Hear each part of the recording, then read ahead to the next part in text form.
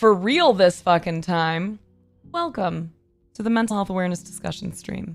So the way we normally do this is very different from how I normally run my stream. I'm normally very focused on chat interaction. I make sure that I shout out all the follows, all the love, everything. Like, I keep a very close eye on chat. It's the reason why I keep it on a 2-minute delay or 2-second delay, because I want to make sure I don't miss anything from you guys, right? This stream is a little bit different. I want to make sure that everyone can walk away with some information they can use. And I want to make sure that I'm putting out a clear message here, right? So I will not be paying attention to chat for the first little bit of this stream, however long it takes me to get through my story and then walk through the 5 steps to better mental health. So during that time, I would appreciate it if you guys could greet and say nice things to people who are in here and are sharing things that they're going through, because that's going to happen naturally as I talk about my story. Everyone else will share what's going on with them. So do me a favor, greet them, thank them if someone subs, if someone does like gifted subs or something, because there won't be any alerts. That's weird. There won't be any alerts popping up or anything. And remember, please, that we do not meet negativity with negativity. There will be people who come in here who see that we're talking about a sensitive topic, and they will try to prey on the people who are in here hurting, including me. We don't need to give them the type of response that they may be looking for and react with aggression or anger. If someone comes in here acting shitty, let a mod know if you need to. Otherwise, just ignore them or wish them well. Tell them, I'm sorry for whatever you're going through. I hope things get better. But we're not going to do the whole like roasting trolls thing. None of that. So please just say nice things for real this fucking time. Great. Say nice things or say nothing at all. Here's how this is going to go down today. I'm going to, again, like talk about my experience a little bit here, and then we'll get into the 5 steps, and then we'll talk about anything that you want to talk about. The reason I do things this way is I understand that when I talk about this stuff, some of it is hard for you to feel like people can understand where you're coming from. I want you to understand, like, the reason I share my story isn't because I love getting into it so much, but it's because I really want you to know when I say I understand what you're going through. I may not understand, like, your specific experience, but I know what it feels like to be miserable. I know what it feels like to be so deep in depression that the idea of getting out of it seems, like, impossible. I know how it feels to be lost and sad and anxious and angry, and I don't want anyone else to feel that way. So I started sharing my story because I felt like it was relevant for me to let you know all the different things, some of them at least, a lot of the things that I've been through, and how this 5 steps to better mental health helped me. I used to teach training classes when I was in my corporate job. So I realized very quickly that if I didn't share my own experience, my own personal sales experience, the people who would come to my sales training classes were very likely to think I was full of shit and just another, and this is not something I'm like actually saying I judge people for, but this is how I was, told. They didn't like listening when they felt like they were being taught by a college grad who didn't actually have sales experience.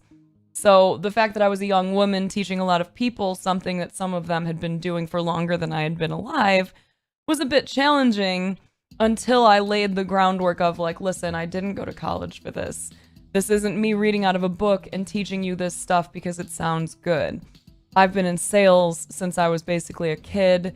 I have a great deal of experience with it. I've sold all these different things. Here's my successes. Here's what I've learned. And that is why our sales methodologies are based on the things that I've learned through formal training and the things that I've learned through my own experience. So letting them know that I knew what it actually felt like to go and meet with clients and customers and be turned down and be approved and all that kind of stuff, it helped me to kind of bridge that gap between myself and the people who were sitting there saying, you don't know me, you don't know what this job is like. So I don't tell my own personal story because I love reliving it. I tell it because like I said, I want you to understand that I can relate to an extent, at least. And I'm an open book.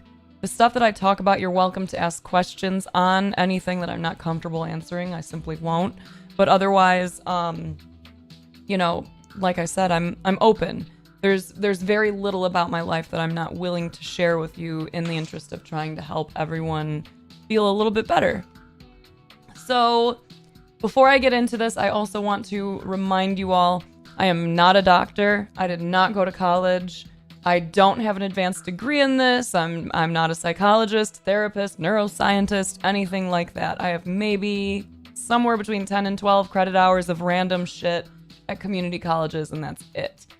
I am just a person who struggled, who got tired of feeling like shit all the time, and managed to beat my own illnesses, and I'm really fucking grateful for that. So, yeah. Let's get into it. I think this is gonna be the one where I don't get emotional. I think this is gonna be the one. I feel it, you know? Like, there's some good vibes. Okay. We'll start at the beginning. When I was a baby, I was born to a wonderful woman who unfortunately was in a really bad state of mind.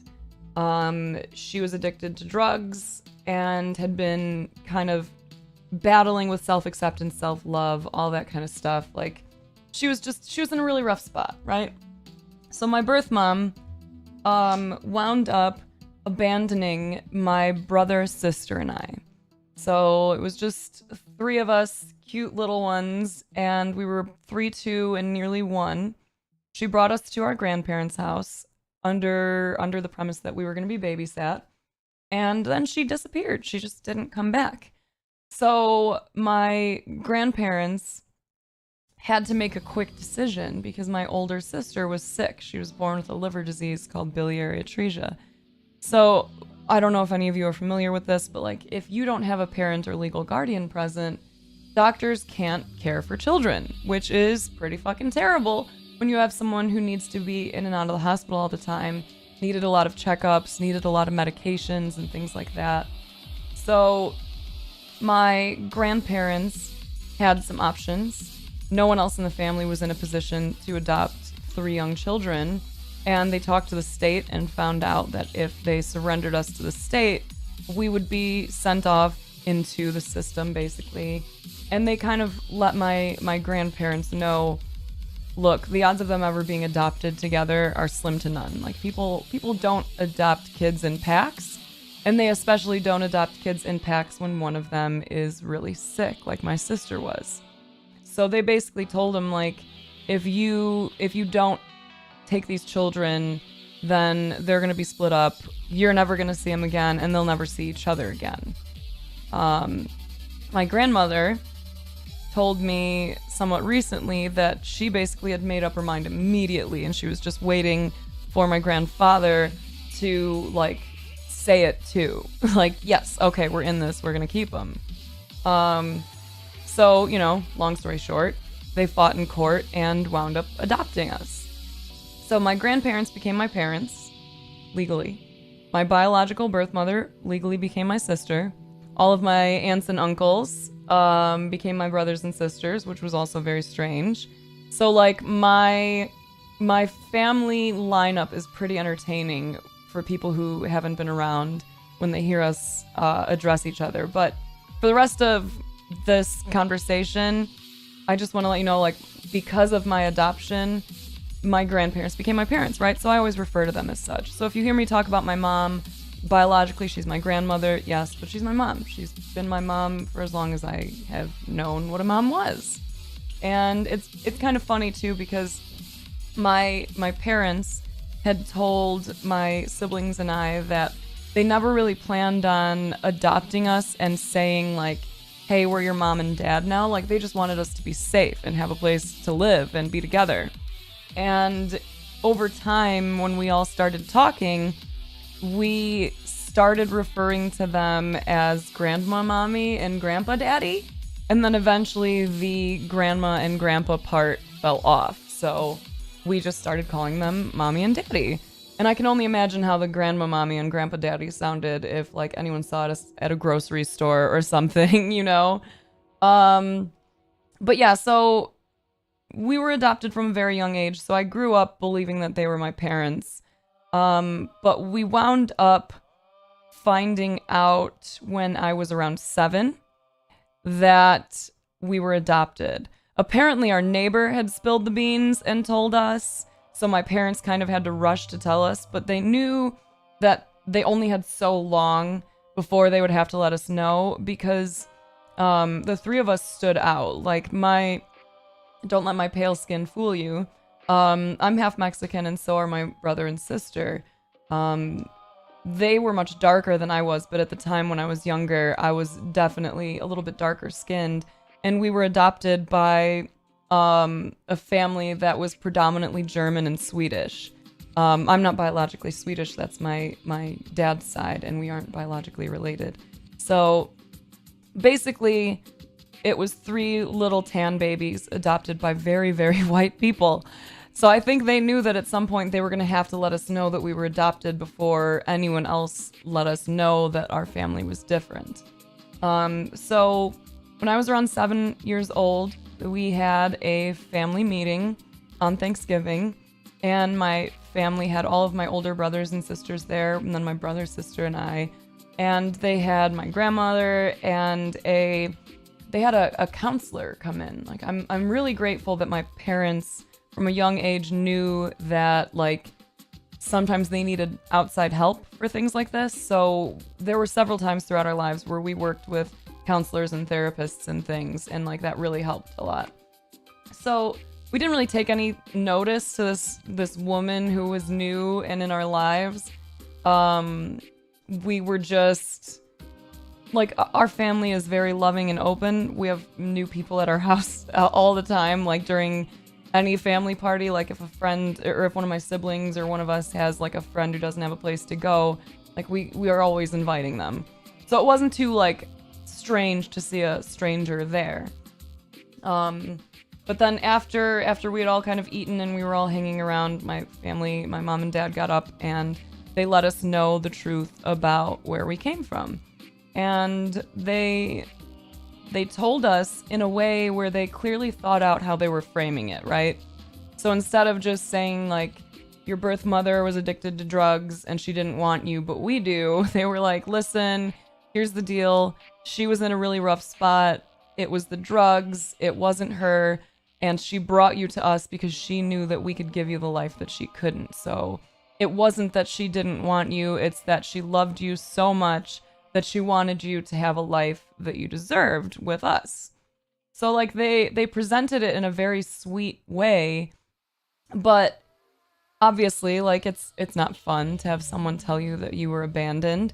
But I remember being totally unfazed by it at the time. Like, I had always been a happy kid. I didn't really care. I was really social, really animated, really outgoing and friendly, and I remember hearing that and just thinking, like, so what? Nothing's changing. Like, what do I care? Now I know who the pictures on the wall are, because we had grown up seeing pictures of our birth mom, but not really knowing who she was to us. All we knew is that she was our family member and that she had disappeared, and we didn't know if she was alive or dead. So I wasn't too upset. I was just like, okay, cool, thanks for the news. Can we go play now? My sister, though, she was 3 years older than I was, and she started crying. And I remember that. Like, I can remember exactly where she was in our old house and everything. But I remember thinking, like, I just don't get why she's upset. Like, who cares, right? The counselor lady then stepped in and asked us to write letters to our birth mom that she was obviously not going to be able to send, but it was a way of helping us work through whatever we were feeling at the time. And if you were to see them today, it would be such a funny indication of how different all of us were kind of dealing with this news. I wrote to my birth mom and asked if she had any animals, because I was really curious. I love animals. And I think I told her about all of the pets we had. My brother wrote to her and asked if she had a Nintendo, and my older sister wrote to her and asked her why she left. So there's a big difference in the thought processes going on between all of us in this situation. But I really remember not giving a shit. But the important thing, I think, to note here, and something that I've recognized now since like looking back on all of this, is that nothing had changed in my external life. Nothing changed after that. Life resumed as normal. We continued on. The only thing that was different is I suddenly had knowledge of something that I didn't have before. And if you've been around for one of my streams before, you know we talk a lot about how important your thoughts are, because your thoughts really do shape your realities. And I apparently had just a tiny seed planted at this point that had me thinking I was unwanted. So gradually, this seed grew into a really fucking rude tree. I went from being this super outgoing, super animated, super happy kid to slowly kind of withdrawing. I started to really believe that like everything was my fault because I was the youngest. I really thought it was my fault that my birth mom left, you know, because she had my sister and she was sick and she stuck around. She had my brother and stuck around. Then she had me and she only lasted like 10 months before she left. So I got this idea at such a young age, and it started changing the way that I viewed all of my interactions. When I was like around 10 years old, I had my first panic attack. And I did not know what the fuck it was. I remember the day super clearly because we were going to a family party at my church, and we walk in through 2 sets of double doors because my family is very big. So a lot of times if we want to get everyone together, plus their kids, plus the grandparents, we would sometimes need to rent out spaces. So we were using the gym at my old church, and like all of my family was there already. So my mom and dad, my brother and sister and I all showed up. We walk in the one set of double doors and then turn right, and there's another set right there opening up into this really big white gym, like huge open space. And as we walk into this area, I see my whole family. And you know how things are at parties and get-togethers where everyone knows each other.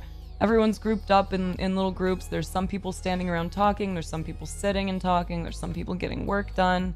But we walked into the room, and right away someone came and grabbed my older sister and ran off with her. My older sister was such a sweetheart. She was very well loved. So someone grabbed her and ran off. And then my brother, he was just a ball of energy. He just ran towards some of my older brothers and like just took off. My mom and dad went to go and start working on getting things together and cooking and getting things going for this party we were having. And I stood there in the doorway looking at this huge room full of my family, full of the people who I love, the ones that love me, right? And I was looking for any opening. I was looking for someone to turn around and wave and say, come over here. I was looking for anything. And I already had developed this idea that I was unwanted. So for all I know, that thing was happening. For all I know, there was someone looking at me trying to wave me over. But at the time, I didn't see it. And I just remember feeling overwhelmed by this thought. They don't want me here. They don't want me here. And I froze in the doorway, got really upset, and then I just turned and ran. My heart started racing. I was sweating. Like I felt so sick. I ran down the hallway. I found an open office. I went and sat in the closet of that office, and I sat down and I had a full-blown panic attack. Like thought I was dying all the way. And I just remember after it was over, like sitting there, like hugging myself in this closet as a really young kid and thinking like, oh man, I can't tell anyone. Like, they'll get rid of me, you know?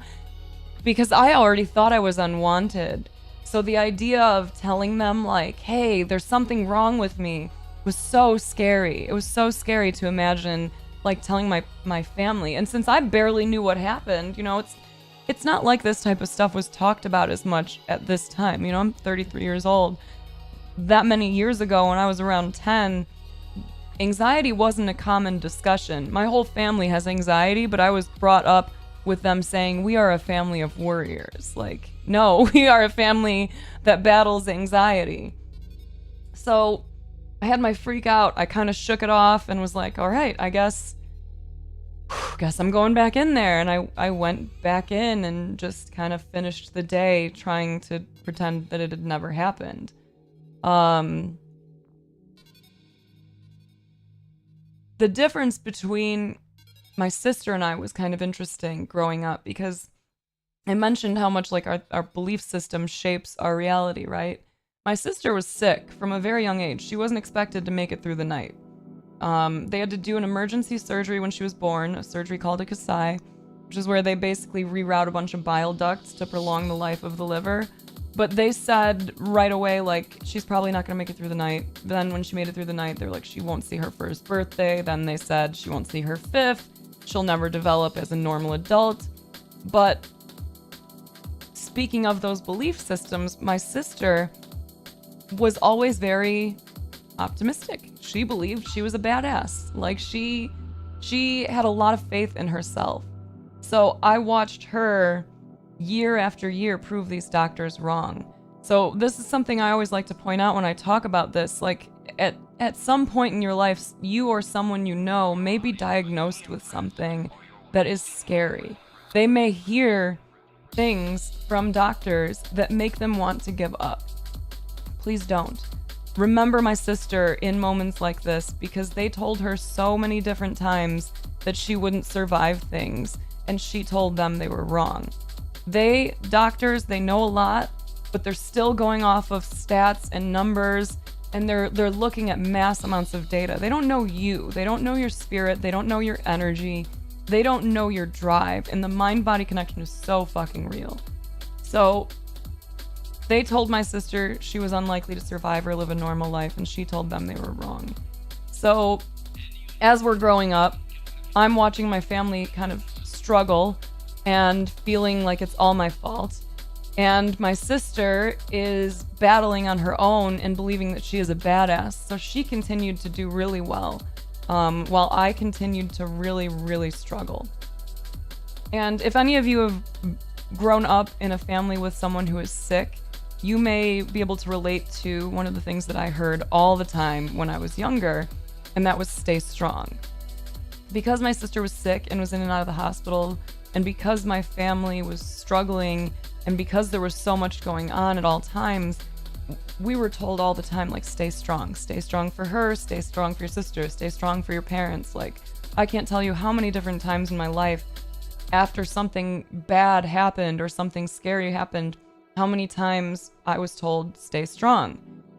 So from a very young age, I'm being told this while also believing that I'm like the cause of all misery in my life. And I believed that staying strong meant don't cry, don't show emotion, don't get upset. I had no idea how to address all of these emotions that I was feeling as a result of my fear for losing my sister, my fear of being the cause of all things bad in my family's lives. Like, I did not know how to handle any of it, and it started eating me up. I really wish, that someone had been around and doing things the way that a lot of people do now, where we're helping to teach more children, like, your emotions are mentionable and manageable. I really would have loved and probably benefited from something like that. So I believed that my role was to be as little of a burden as I could be, and not be upset, like, not show any kind of emotion, not cry, not be sad, nothing. So I started some pretty destructive behaviors at a really young age. I started smoking cigarettes when I was in 5th grade. I started sneaking alcohol around that time. As you can imagine, me smoking and drinking and starting to smoke weed really young as well exacerbated my problems. So this is the part where I remind everyone, if you are young, if you are under the age of 25, I believe, from what I've been reading, like, if your brain isn't fully developed, but especially if you're in high school or younger, don't drink, don't smoke, don't do drugs, please, for your own safety, for your own peace of mind, because I was already battling enough shit. Just being a teenager, being hormonal, like being a woman, all of that stuff was challenging on its own. Then I was dealing with all of my family stuff and everything that was going on. And then I threw a bunch of chemicals at that should not have been there. I really cannot say enough, like I probably would have been able to manage better if I hadn't been using so young. So please, like, be smart about your usage. I talk about weed all the time. You guys know that I'm a big fan of recreational and medicinal use. But if you're young, please, please, please protect your brain, especially if you're struggling already. Like, try taking a clean break and see where it gets you. So, from a very young age, I was engaging in pretty self-destructive behaviors. I was really angry. I had gotten to a point where not only did I blame myself for everything going on, but I was also very angry for everything that had happened, for being abandoned, for being so unlovable, like everything that I could think of. It gave me lots of reasons to really hate myself. So I started self-harming really young as well. I started cutting. I still have scars from it, and sometimes they really frustrate me, but obviously I'm in a much different state of mind now, so, you know, they are what they are. I was in a bad state of mind. I was in a bad place. And it was like everything that I saw around me, anytime my family struggled, anytime anyone else suffered, I blamed myself. Because I just kept thinking about this chain reaction. If I hadn't been a bad baby, or just too much, or unlovable, or whatever the fuck I was, then maybe my birth mom would never have left. And if she hadn't left, then my parents wouldn't have had to adopt us. They could have retired like they should have been able to, because my parents had finished, we're pretty much done raising kids together at this point. My mom had 3 kids from her previous marriage, one of them being my birth mother. My dad had 4 kids from his previous marriage. So when they got married, only a year or 2 before our abandonment, they basically had kids that were all like getting ready to move out of the house, getting ready to graduate high school. Like, they were planning their retirement. They had a houseboat. My mom was a successful realtor. My dad was still working for the fire department. Like, they had a pretty cushy existence. And then they adopted us. And suddenly they have medical bills, and they have kids to feed and clothe and do all this stuff. And seeing them struggle, and seeing my dad start to really surrender to alcoholism and get angrier and blame us for a lot of the shit that was going on, did not make it any easier. Like, I remember my mom wanting us to go on a little vacation once, and we only really went on vacations that we could drive to, but I'll never forget them getting us excited to go away for a weekend, and us driving through the bank. We stopped by the ATM, and something that they weren't expecting had happened, and suddenly our trip was canceled because they didn't have the money that they thought they had. And I just remember the whole time, like, being in the car just thinking, like, this is my fault. They should be able to travel. Like, they shouldn't be struggling for money. And my dad wound up getting hurt at the fire department, and he had to retire early, which I know was heartbreaking for him because he was really proud of his work there. But my dad was a Swedish immigrant. He moved here when he was like 6 or 7. So he didn't have like a crazy education. Like, the fire department was a wonderful thing for him. After he left that, he kind of had to start over again. So for a lot of my life, my dad worked as a custodian at this fabric store. And he was basically like their handyman, custodian, everything. And he hated his job, and he was making very little money, and he was just angry and upset all the time. And I just could not think again that this is all my fault. Like, he shouldn't have to work like this. Of course he's mad. Of course he's drinking and lashing out at us. Like, who wouldn't? We're kids, we're destructive, and they shouldn't even have us. Like,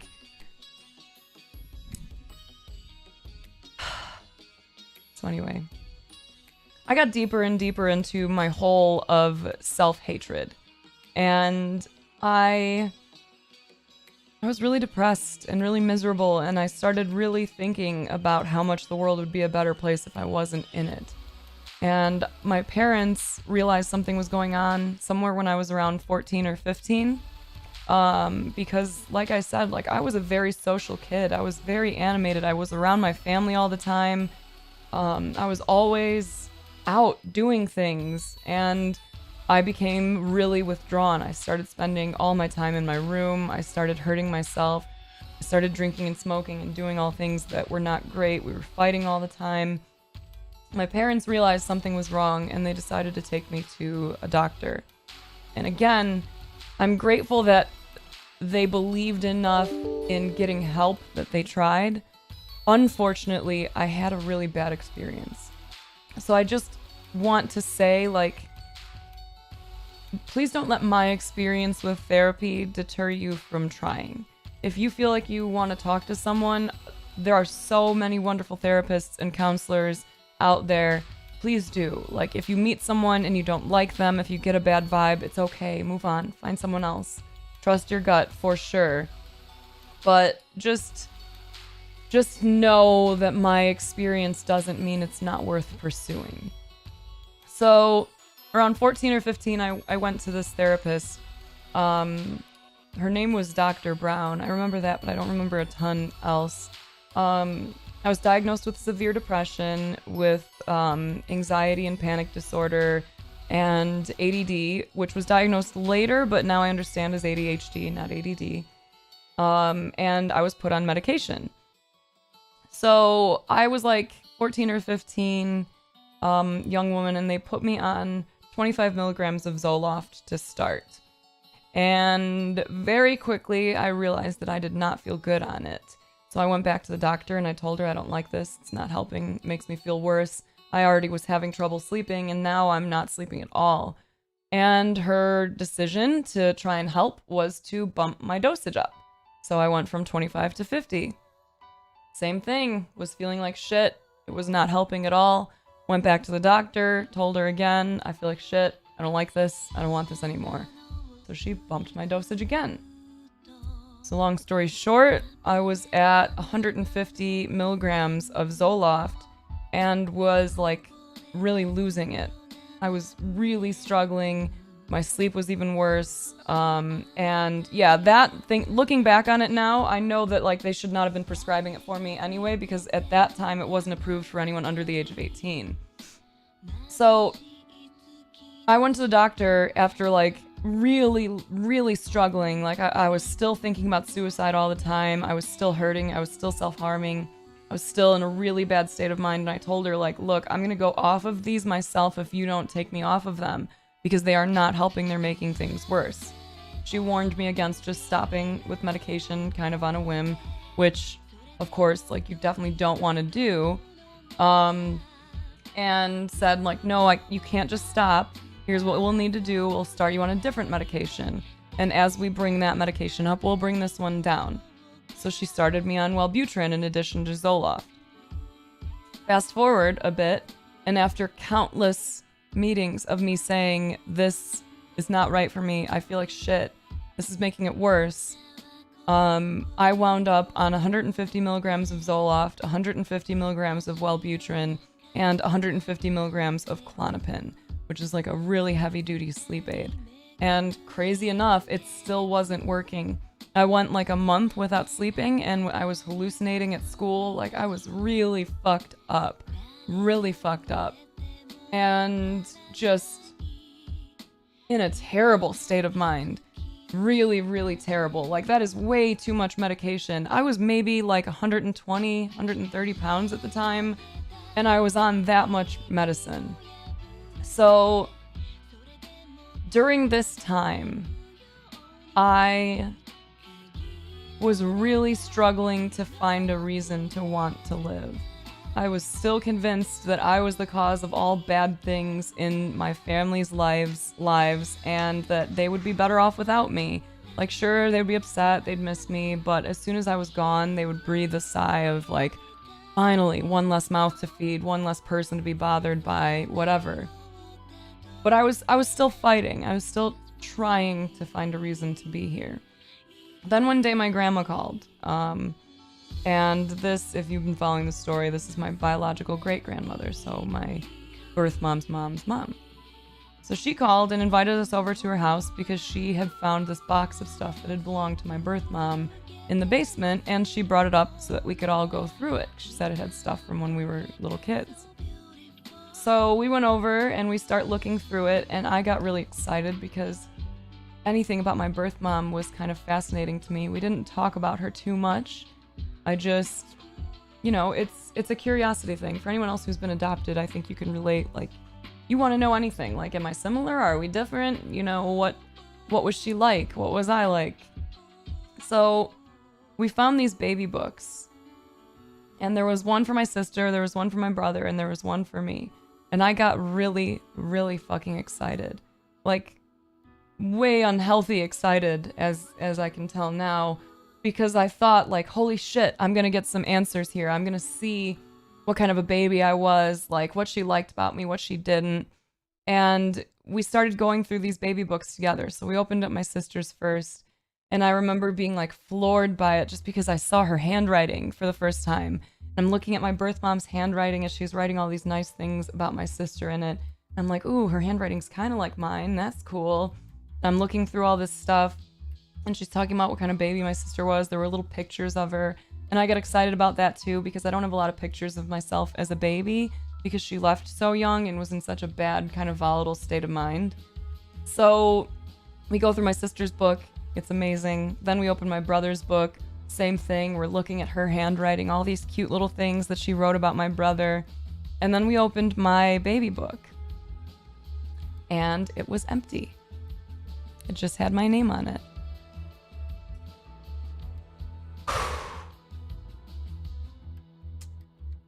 So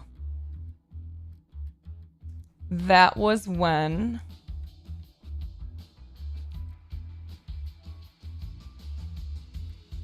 everything clicked for me. Unfortunately, it was not the truth, but my mind took that as, like, here it is. Here's your proof. She had a sick daughter who wasn't expected to live through the night, who had to be in and out of the hospital, and she stuck around. Then she had my brother, and she stuck around. Then she had me. She lasted 10 months. And then she left all of us. And those books, like, they showed she was loving. She cared about her kids. So I just could not fathom anything other than she left because of me.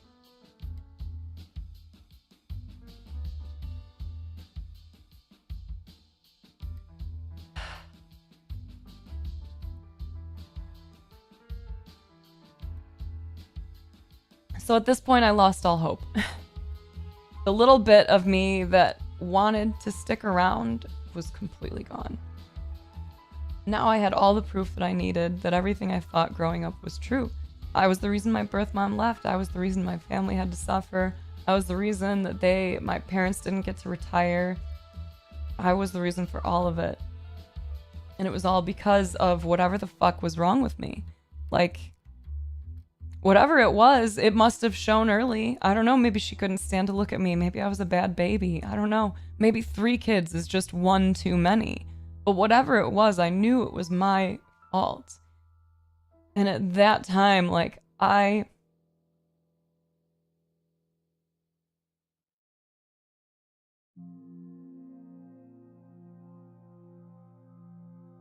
had never hated myself more than I did at that moment.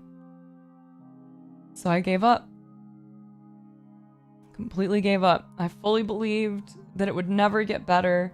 I believed that I was the cause of everything going wrong, and that I was never going to be fully wanted, and I was never going to be fully loved.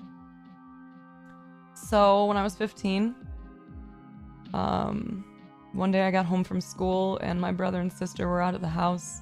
My parents hadn't gotten home yet. So I took the last of all of the pills that I had, and I tried to kill myself. Fortunately for me, I had a wonderful friend who's still one of my best friends to this day, my friend Mark. He figured out what was happening and he came over and he literally kicked my door in, called an ambulance, and got me to the hospital. I fought really fucking hard to end my life that day. Really hard. I was very mean and very aggressive to the people who were trying to help me. I lashed out, I attacked people. They had to get like a whole team of people to hold me down so that they could pump my stomach because I was screaming at them to let me die. They did pump my stomach, which fucking sucks, by the way. And then I was just laying there in the ER, strapped to a bed, waiting to go to the hospital, basically. Just thinking like, man, fuck this. Fuck this. I'm not gonna make this mistake next time. Like, I feel like shit. I had been saved, but I still wanted to die. So I went into inpatient, and I was there for nearly 2 weeks. I didn't really have any intentions of getting much out of it. I pretty much was very angry initially, and I got put in isolation a couple of times, but then as I calmed down, I realized that the only way I was going to get the fuck out of there is if I kind of went with the flow. So I just started pretending like everything was fine. I started talking more in group therapy and doing everything they wanted me to do. But I still was looking around every room thinking, I could kill myself right now. Like, I know you think that you've bested me here because you took my shoes away and because all the sharp objects are gone and I don't even have a mirror in this room. But like, you don't know anything. I could still do it. But I'm just gonna wait because if I try here and you guys save me again, then I have to go through all this shit one more fucking time. So I fully intended to find a quicker and more efficient way to kill myself as soon as I got out. Then one day my family came to visit. My sister was away. I don't remember where she was, maybe at school. And it was just my mom and dad and my brother. And they came to visit me while I was still an inpatient, and they sat down on my bed. And, you know, this is where that stay strong thing kind of comes back. We were just pretending like nothing really happened. You know, they weren't really asking me questions about it. It was just like, are you feeling better? Are we good? And I was like, yeah, that was just a bad day. No big deal. We're joking around. We're trying to play it off and pretend like it's not a big deal that I was 15 years old and just tried to end my life. And then out of nowhere, my brother, who was only a year older than I am, just put his head in his hands and started crying. And he said, I just never knew it was that bad. I had no idea. And it was at that moment that, like, it kind of clicked for me.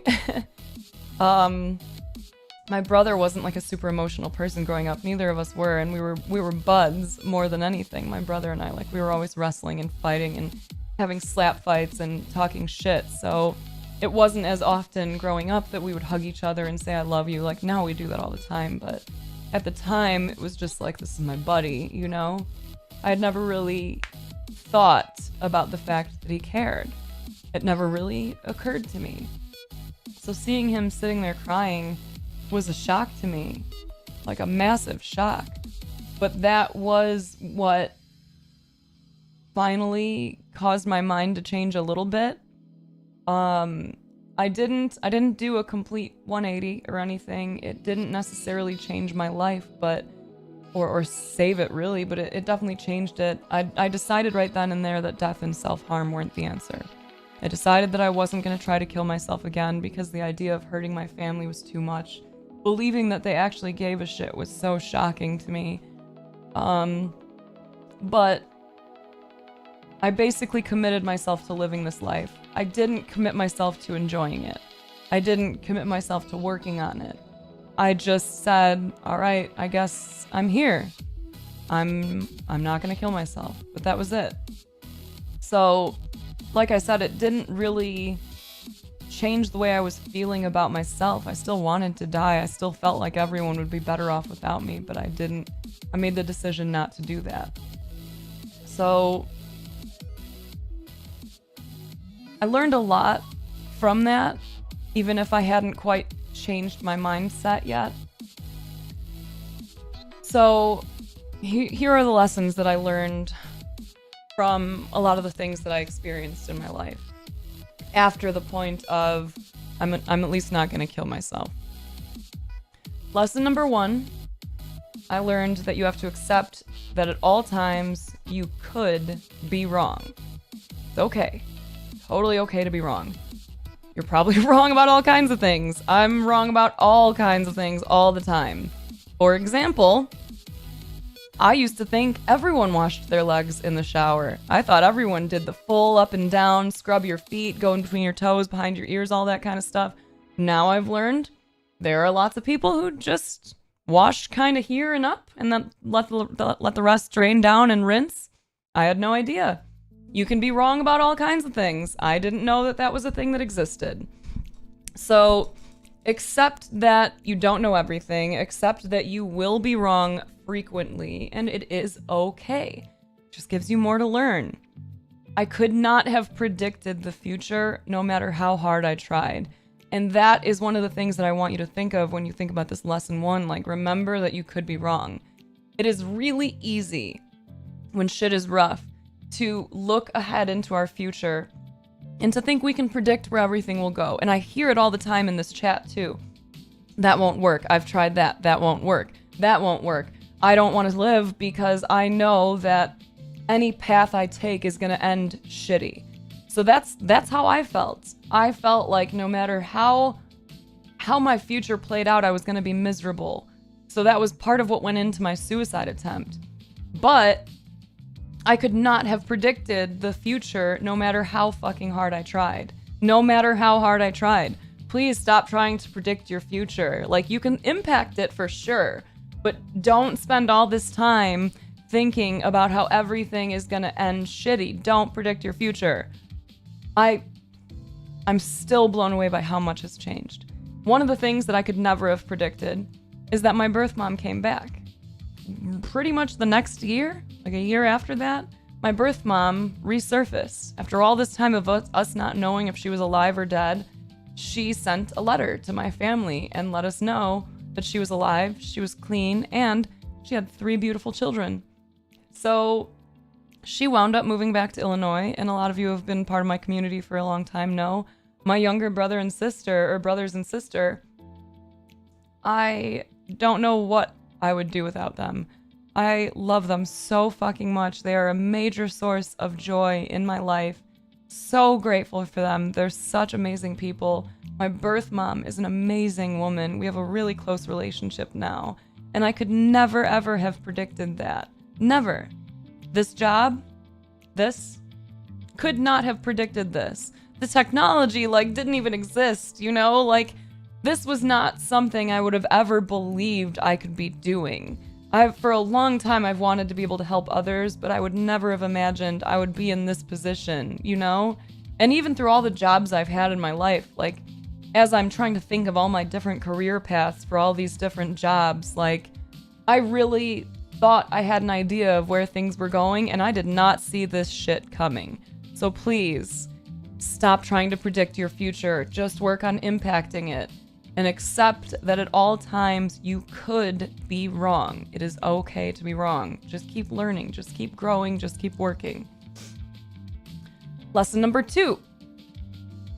The mind-body connection is real, and it goes both ways. Your body impacts your mind, and your mind impacts your body. The best example that I have of this is my sister. My sister Tanya had 3 liver transplants. 3 liver transplants because of her liver disease. And she always kicked ass. Like I told you, the doctors told her a million different times, you're not going to have a normal life. This isn't going to work out. You're probably going to be sick. You're probably not going to be able to do this. You probably won't develop normally. And she did everything. She developed into a normal, healthy woman. She kicked ass through all of her surgeries. Her very first liver transplant, which, by the way, as you can imagine, is a massive surgery. They cut my sister somewhere right here, right at the top of her sternum, basically, all the way down to very low on her abdomen. And then it's kind of like an upside down umbrella. So it's down like an arrow, kind of. And she had a scar that large to open up her body, take her fucking liver out, and then put a new one in, right? massive surgery. Takes like a full day, like a 24-hour surgery to do this. Before my sister went in for her liver transplant, the doctors were running my family and her through what to expect for recovery. So they were telling her, okay, you're going to be coming out of surgery. You will be on a ventilator, and you'll probably be on the vent for like a week. Then you'll probably be in here for a few weeks, and then you'll go home. Like, they're walking through everything based on what they know. My sister hated the fuck out of the ventilator. Like, how could you not? It's literally a tube down your throat that's breathing for you. And if you're conscious and you feel that, it is very unpleasant. So my sister was like, no, I hate the ventilator. I'll be off of that the same day. And the doctors were like, you're not gonna be, though. So, like, we just want to prepare you for that. And she was like, no, I'm going to be off of that ventilator the same day. I will not be on that long, and I'm going to be out of here by the end of the week. And she said it very matter-of-factly, this young teenage girl, like, being told by doctors what her life is going to be like, and instead choosing to tell them. They eventually were just like, okay, sure, that's what you think, okay. She was off the ventilator an hour after her surgery. She got out of the hospital a week later. Like, she shocked the fuck out of those doctors. Countless times. The mind-body connection is real, and she showed them what the fuck was up. We had another example of the mind-body connection later on. I mentioned she had 3 liver transplants. The third one, she was in a really bad state of mind. She had started getting back to a normal life, and her liver started rejecting again, and it hit her very hard. For the first time in her life, she got very depressed. And she was really sick, waiting on a list to get a transplant, and her body was deteriorating and her mind was going with it. She and I were the same height, same weight, so she was 5'7". Normal weight was anywhere between 130 and 140. And during this time, she got down to around 90 pounds. She was so jaundiced that she was green, and she was miserable. She did not want to go through it again. The doctors wound up coming in and talking to her and letting her and my family know, basically, if you can't beat this depression, we can't give you a liver. Which was fucking nuts to hear them tell her that if she essentially didn't cheer up, you know, they said it in a kinder way, but that they were going to skip over her and give the liver to the next person on the list. And they explained kindly that if you are depressed and you don't want to live, your body is listening. So this is a literal thing. You can look this up. If you are waiting for a transplant and you are battling depression at the time, they won't give you that organ, because if your body doesn't want to be there, it's going to give up. If your mind is saying, I'm not into this, your body is not going to fight. And in a 24-hour surgery, your body needs to fight. You have to be going into that with crazy will. So they told my sister that she needed to see someone and start working on feeling better so that they could perform this surgery on her. Fortunately, she did. She talked to a therapist or a counselor there, and she wound up kind of shaking it off and getting her resolve back. But having a doctor tell my sister, you're dying, but we can't save you unless you want to be saved, was a wake-up call. That was a fucking shock. So that was another very clear indication of the mind-body connection. So when she locked herself back in and committed herself to living her life, she came through yet another massive surgery with flying colors.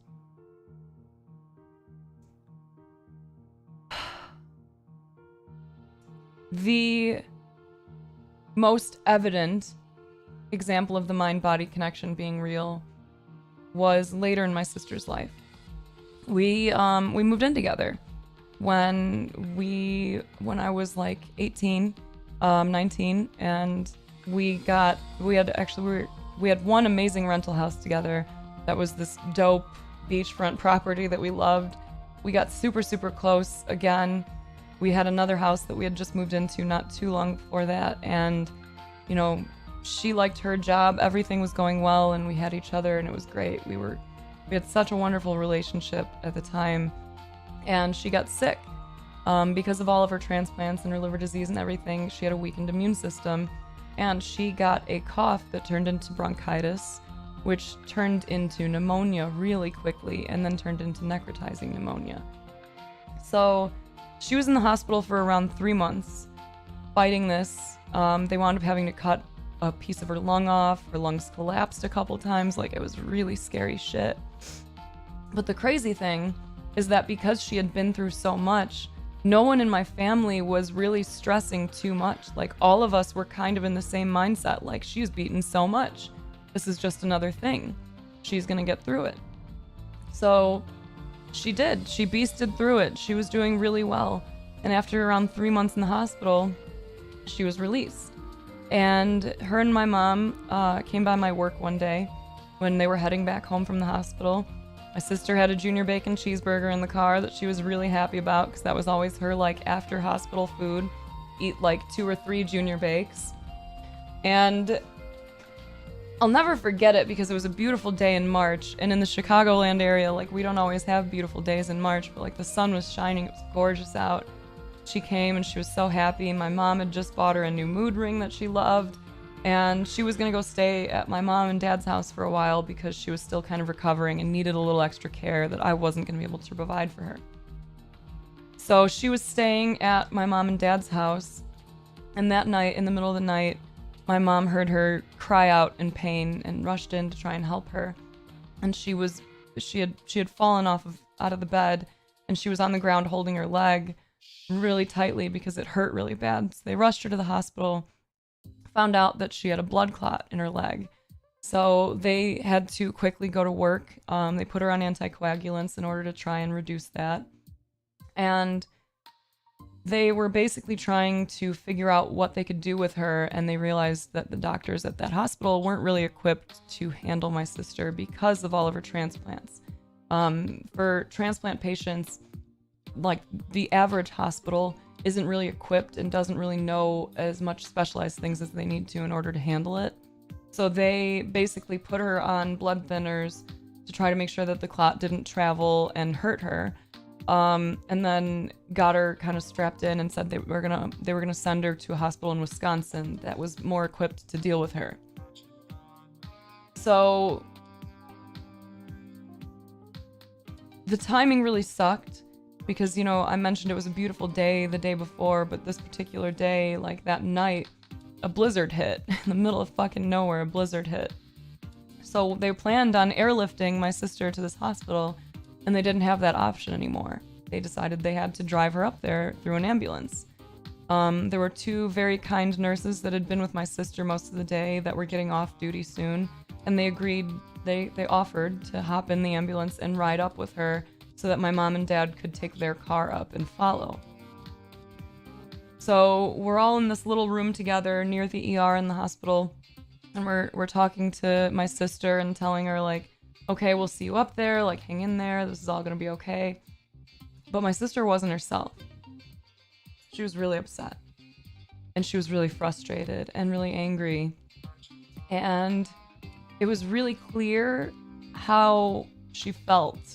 You know, like, she had just gotten out after 3 months and was about to go back in, and she had no idea what she was going to be dealing with, if she was going to be going into the hospital for another month or 2 months or 3 months again, if it was something that was going to lead to a rejection, whatever. Like, she had no idea where things were going, and she didn't want any part of it.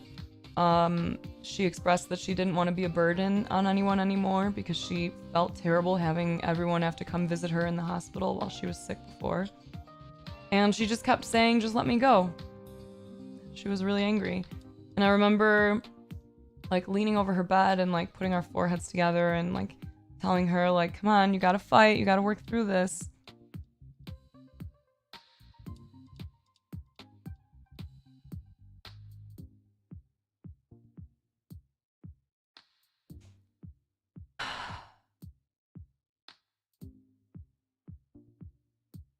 And I told her she needed to work through this and she needed to come home.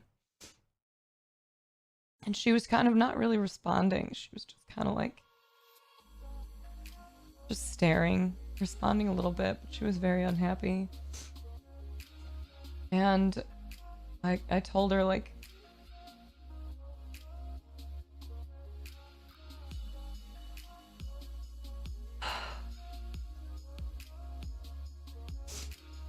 I basically begged her to keep fighting. Told her if she died, I would die.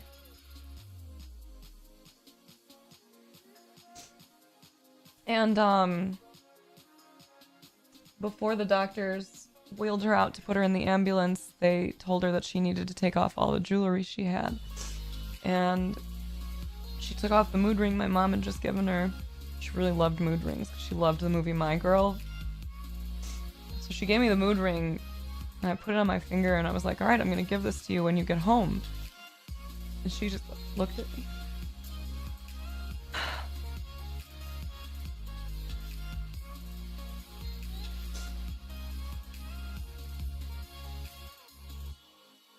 I knew the moment I put her ring on that I was never going to see her again.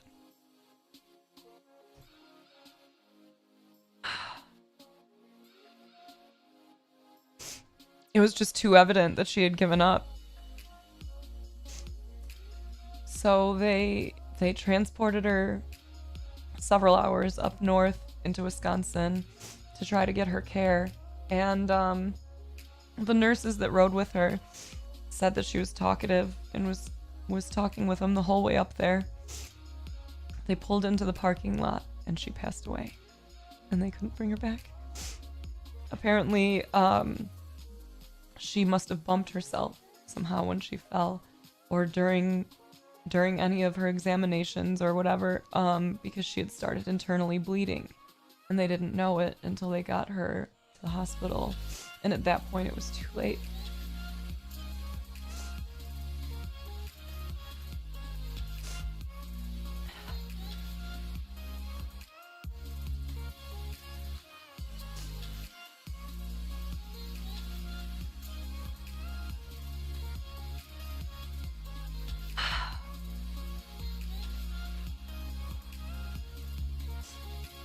My sister died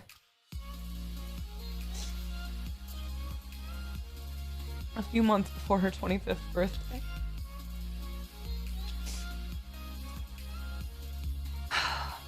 Because she gave up. The mind-body connection is real. I saw it with my grandmother when she gave up as well. Granted, she was 95. But a lot of you have seen this too, like it. If you don't want to be here, your body isn't going to fight for you to feel good. The mind-body connection is real. So that's lesson 2. My sister kicked ass through her entire fucking life because she wanted to be here, because she believed that she was capable of staying here. As soon as she gave up, we lost her. And after everything that she had been through, it's almost like a cruel joke that it was a cough that killed her, you know? It was a cough that led into all of these things, that led to all these medications that brought her to that stuff, to that point.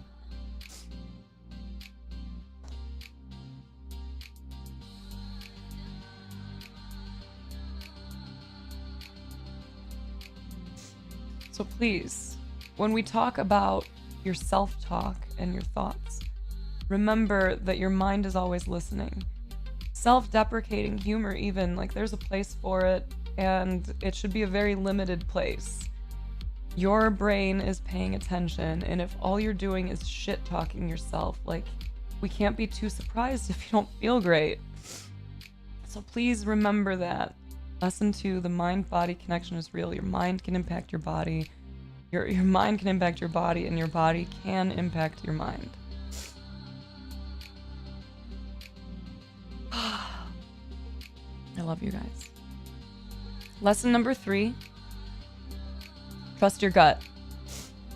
I tell you guys this all the time. I will never stop. Trust your gut.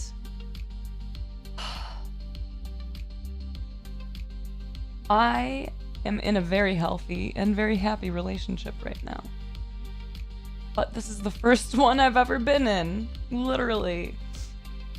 I ignored my gut my whole fucking life, and I went into bad relationship after bad relationship.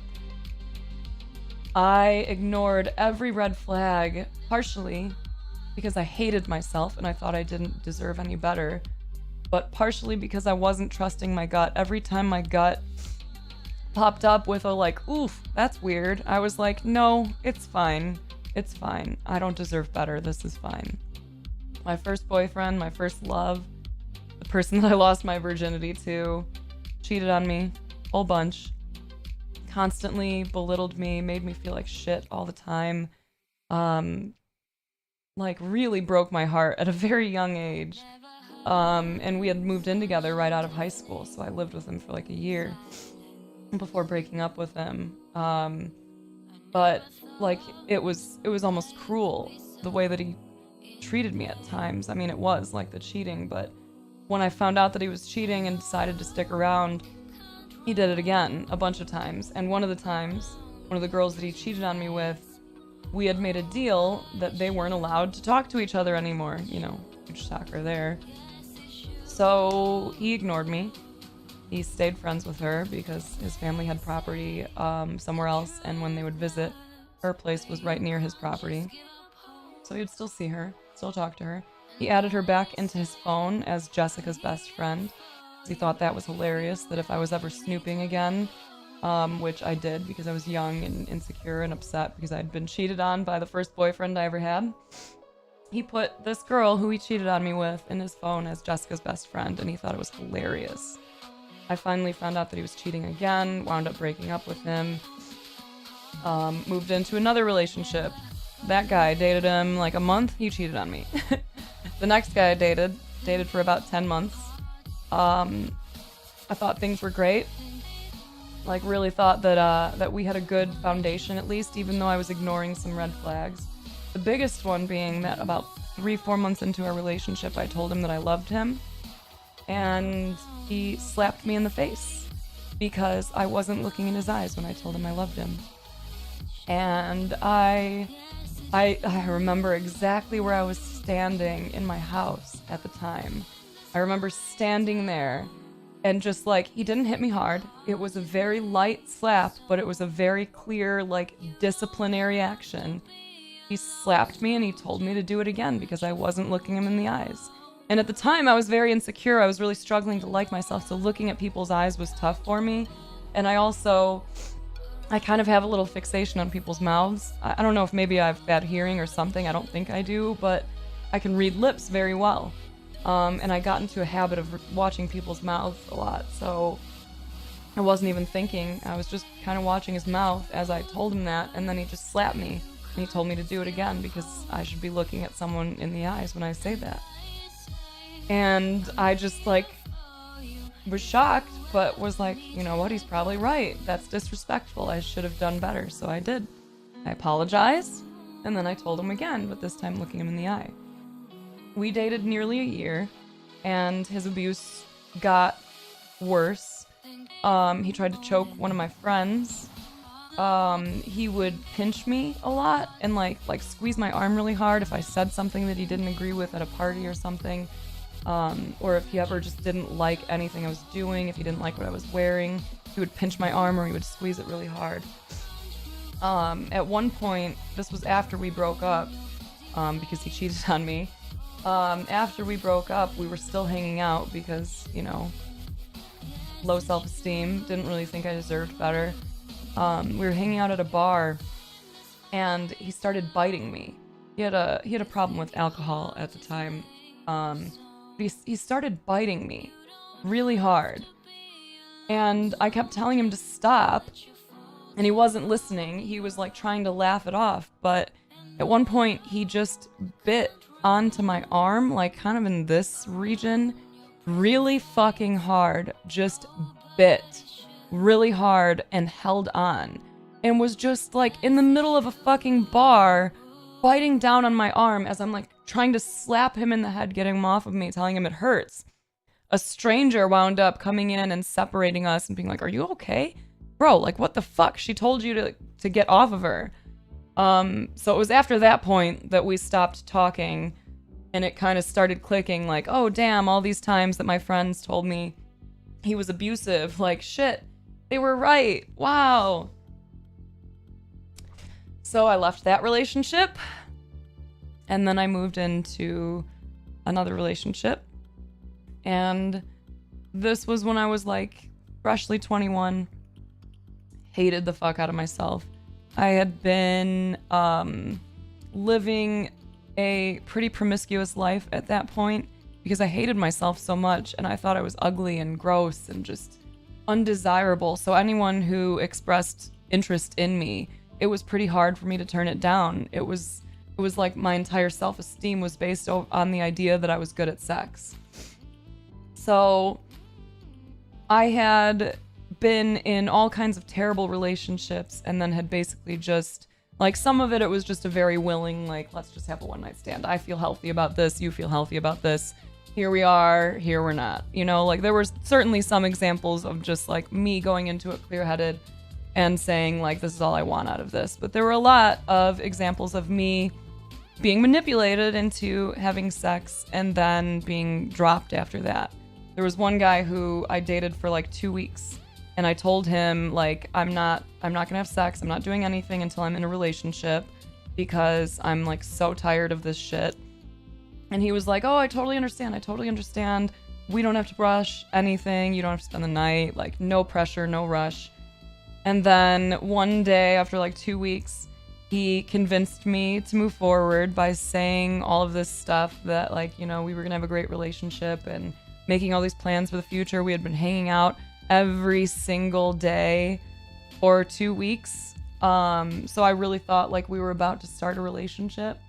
So we slept together, made a deal to, like, have me spend the night at his house for the first time ever. And he was like, hey, why don't you invite a couple of your friends over? Like, let's have a little party here.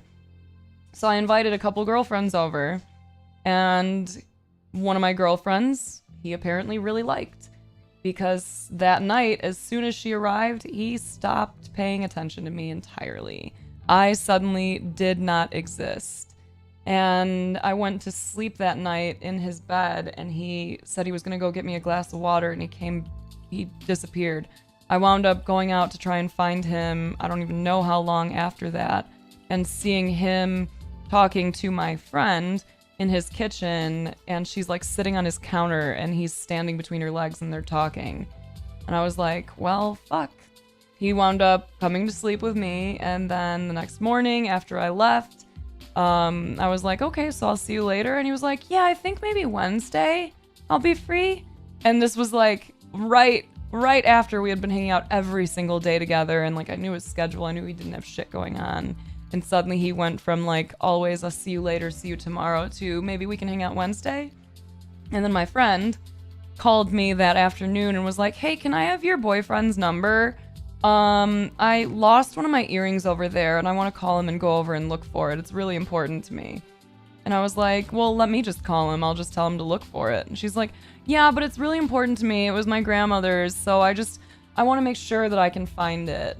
And being a dumb dummy at the time, I was like, okay, fine. So I gave her his number. And then they started dating, and he completely fucking ghosted me. So yeah, I had some bad luck with dudes. Another dude who I really liked, we dated for a month or so, and then he tried to fuck one of my friends at a frat party, so that was cool too. So then, I'm 21, we're fast forwarding again. I meet another person who I thought was, like, gonna be the one.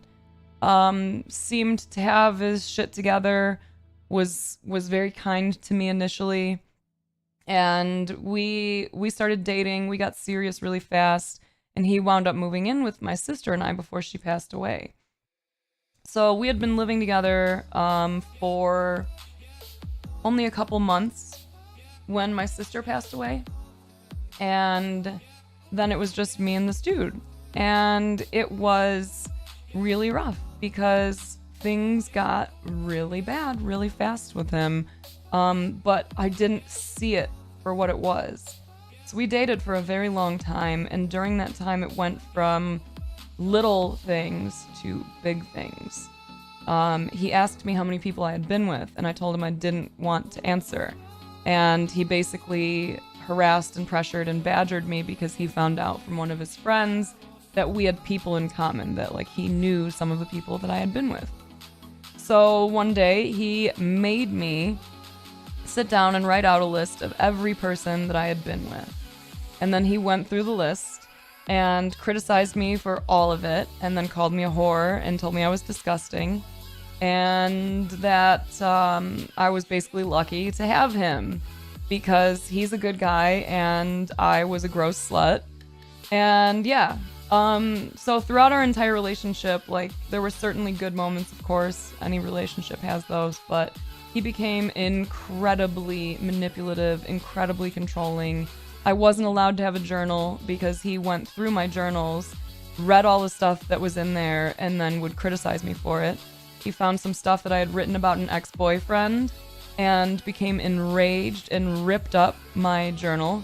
So I wasn't allowed to have journals anymore, because if I did, it didn't matter if I asked him nicely, like, can I have this please as my private space? He would read it, and then he would give me shit for it.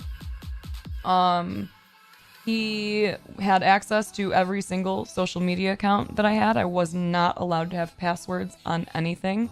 I was not really allowed to go out with my girlfriends. If I did, I would get shit for it, or I would be, like, treated terribly for it. I was called a slut and a whore all the time. I was told that if we ever broke up, he would be fine because he's a catch, and that I would go right back to being used by guys and go right back to being a big trash ball. I could talk about that relationship for forever, but basically I already hated myself. And this person told me all the time about all the different reasons I should hate myself.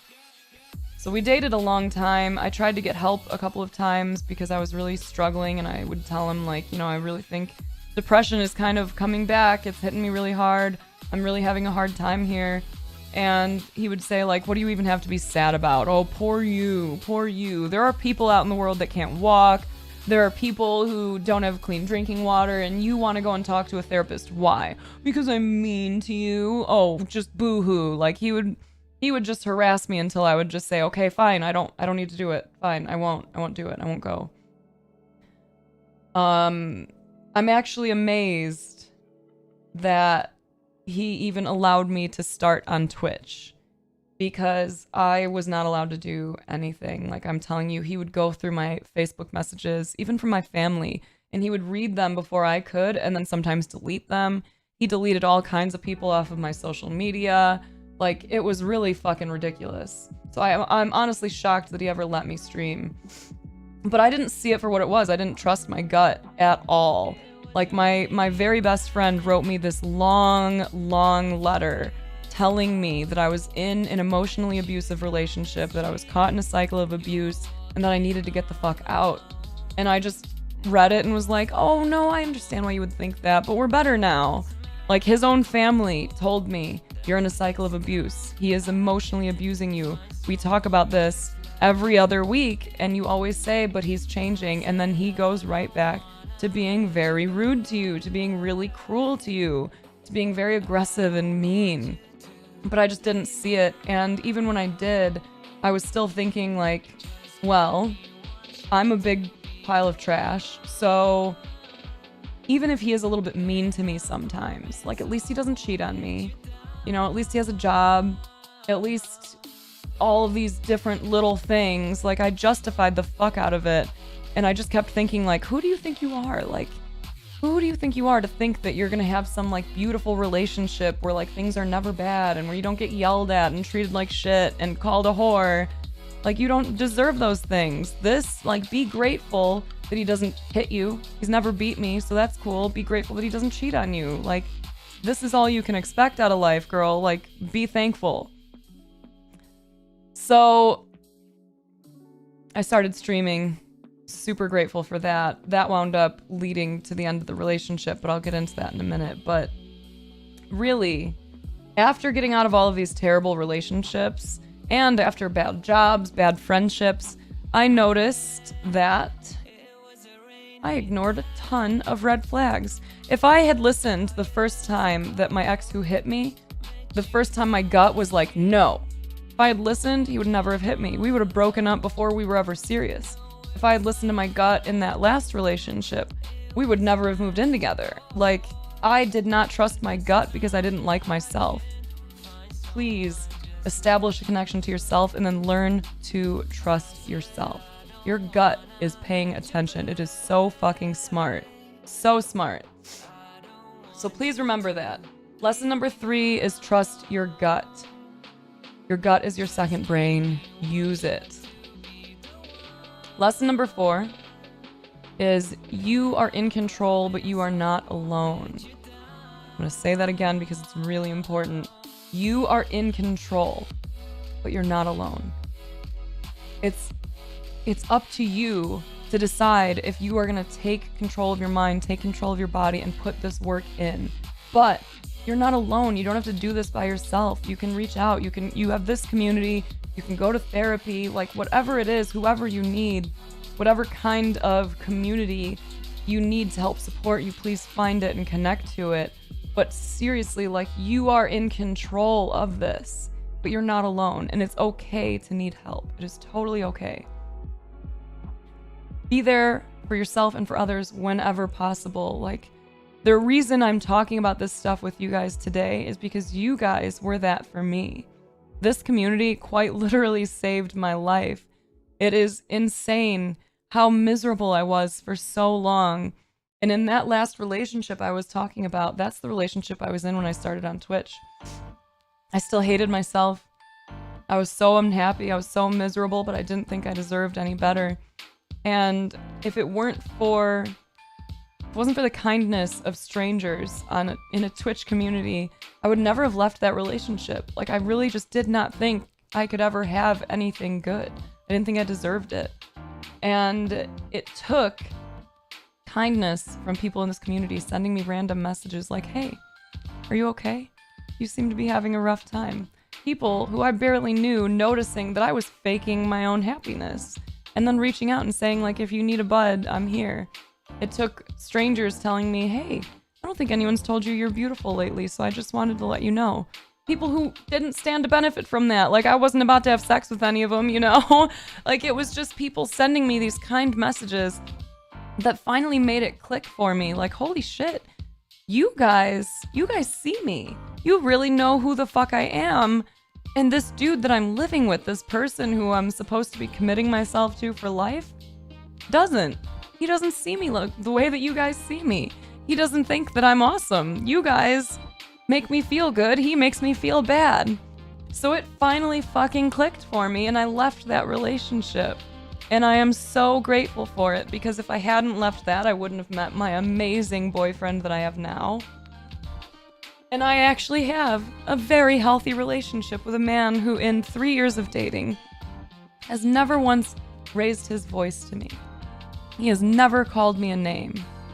He has always been kind and respectful and communicative with me. And I didn't think that that was possible. So please remember, you are in control, but you're not alone. We're here for you. Someone will be there for you if you reach out, but it might be up to you to do it. Lesson 5. Be here now. Please exist in the present. There's only so much you can do, so focus on that, right?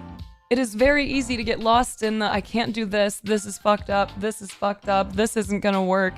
But when you catch yourself going down those paths, all of those negative what ifs, take a second, recenter yourself, and bring yourself back to the present and focus on what you can do. So lesson 5, be here now. Learn to be present, please. It's because of you guys that I'm even here doing what I do on Twitch now. It is because of you guys helping me to see that I deserved better, that I'm here trying to help you see that you deserve it too. I just really want to return the favor and help you change your lives the way that you inspired me to change mine. So, there is a lot more to my story, there is a lot. Oh my goodness, I could talk about that forever.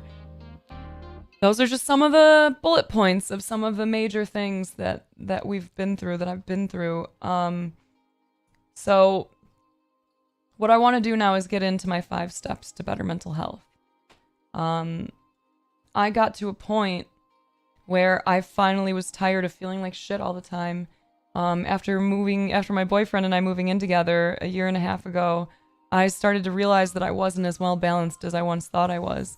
I went from living in a house where it was very clear who the angry person was, and it was not me, to suddenly being the angry person in the house. And my boyfriend deserves better than that, so I started working on it.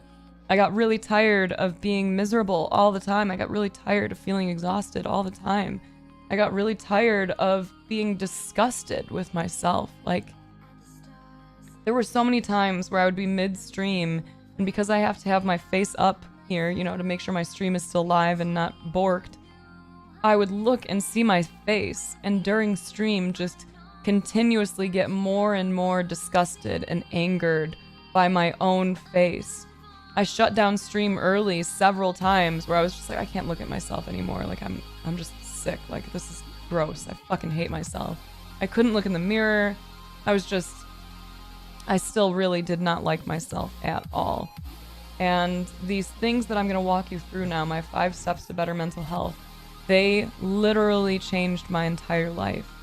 I have never, ever felt better. Even at the healthiest I've been physically, I've never felt this good mentally. I battled depression, anxiety, insomnia, ADHD, everything for so fucking long. It's just, enough is enough. Sick and tired of being sick and tired, right? So my first step was meditation, and then from there it kind of snowballed. And after a great deal of time of working on myself, I started to realize that the stuff that was working for me would work for you guys. Like, at my GuardianCon talk last year, I told everyone, no offense, because I love you all, but I didn't do all of this for you. I started working on me because I was tired of feeling like shit, and it just so happened, and thank God it did, it just so happened all the information I found is applicable across the board. Like, there is so much that you guys can do for your mind and body. So fucking much. So, I'm sitting here in front of you today safely saying that for at least a year now, I am depression free. I'm happy. I'm happy as fuck. Like, I don't have anxiety. I don't have depression. I sleep at night, which was, I never thought that shit would happen. I don't have an anger problem. Fuck that. I'm in control of my emotions. I run this shit. And if you guys knew me before, when I first started streaming, you'll know this was a shock to a lot of my community to see me stop being angry, sassy snaps and start being like, oh, I love everyone. Hi, happy. But it's because of the work I fucking put in. I work very hard on my mental health every day. Even now that I consider myself free of these things, I refuse to let that shit come back. So I work on myself every day. So after I started feeling better, my mental health talks changed from me just sharing my story and saying, I want you to know you're not alone, to me saying like, hey, let me go ahead and share with you what I've learned. Again, remembering I'm not a doctor. I don't know shit about shit. Everything that I've found, I researched. You are perfectly capable of coming up with your own 5 steps to better mental health. Like, the main point that I want you to get out of all of this is, again, you are in control, but you're not alone. You can treat yourself like anything else that you've gone up against in your life and just research the fuck out of it. That's what I did with my anger. I researched how to beat anger, anger management, anything I could find. Anxiety, same thing. How do I handle anxious thoughts? Everything that I found that I'm going to share with you today is backed by science. I can share studies and stuff. If you go ! Take control in chat, there's a link to an article I wrote that has all the same information in it. It also includes a lot of the studies and the information. So if any of this you want to revisit later on, you can always rewatch this past broadcast, or you can go read that article that has everything that you need in it.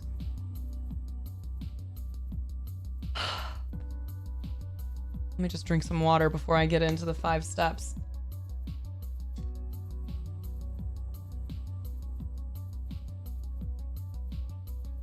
Amen, Killian.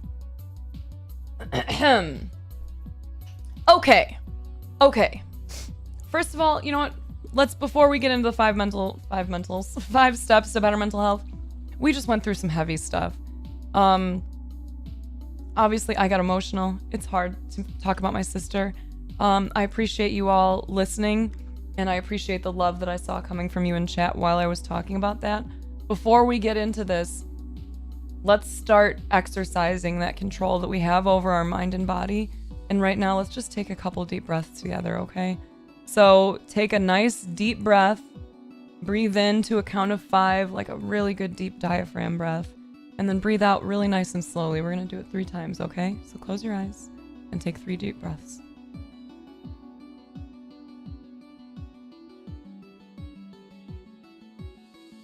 That's 1.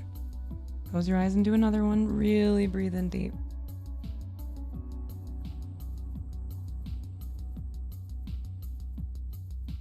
Your final one. Let yourself smile a little bit. Life is good. Final deep breath.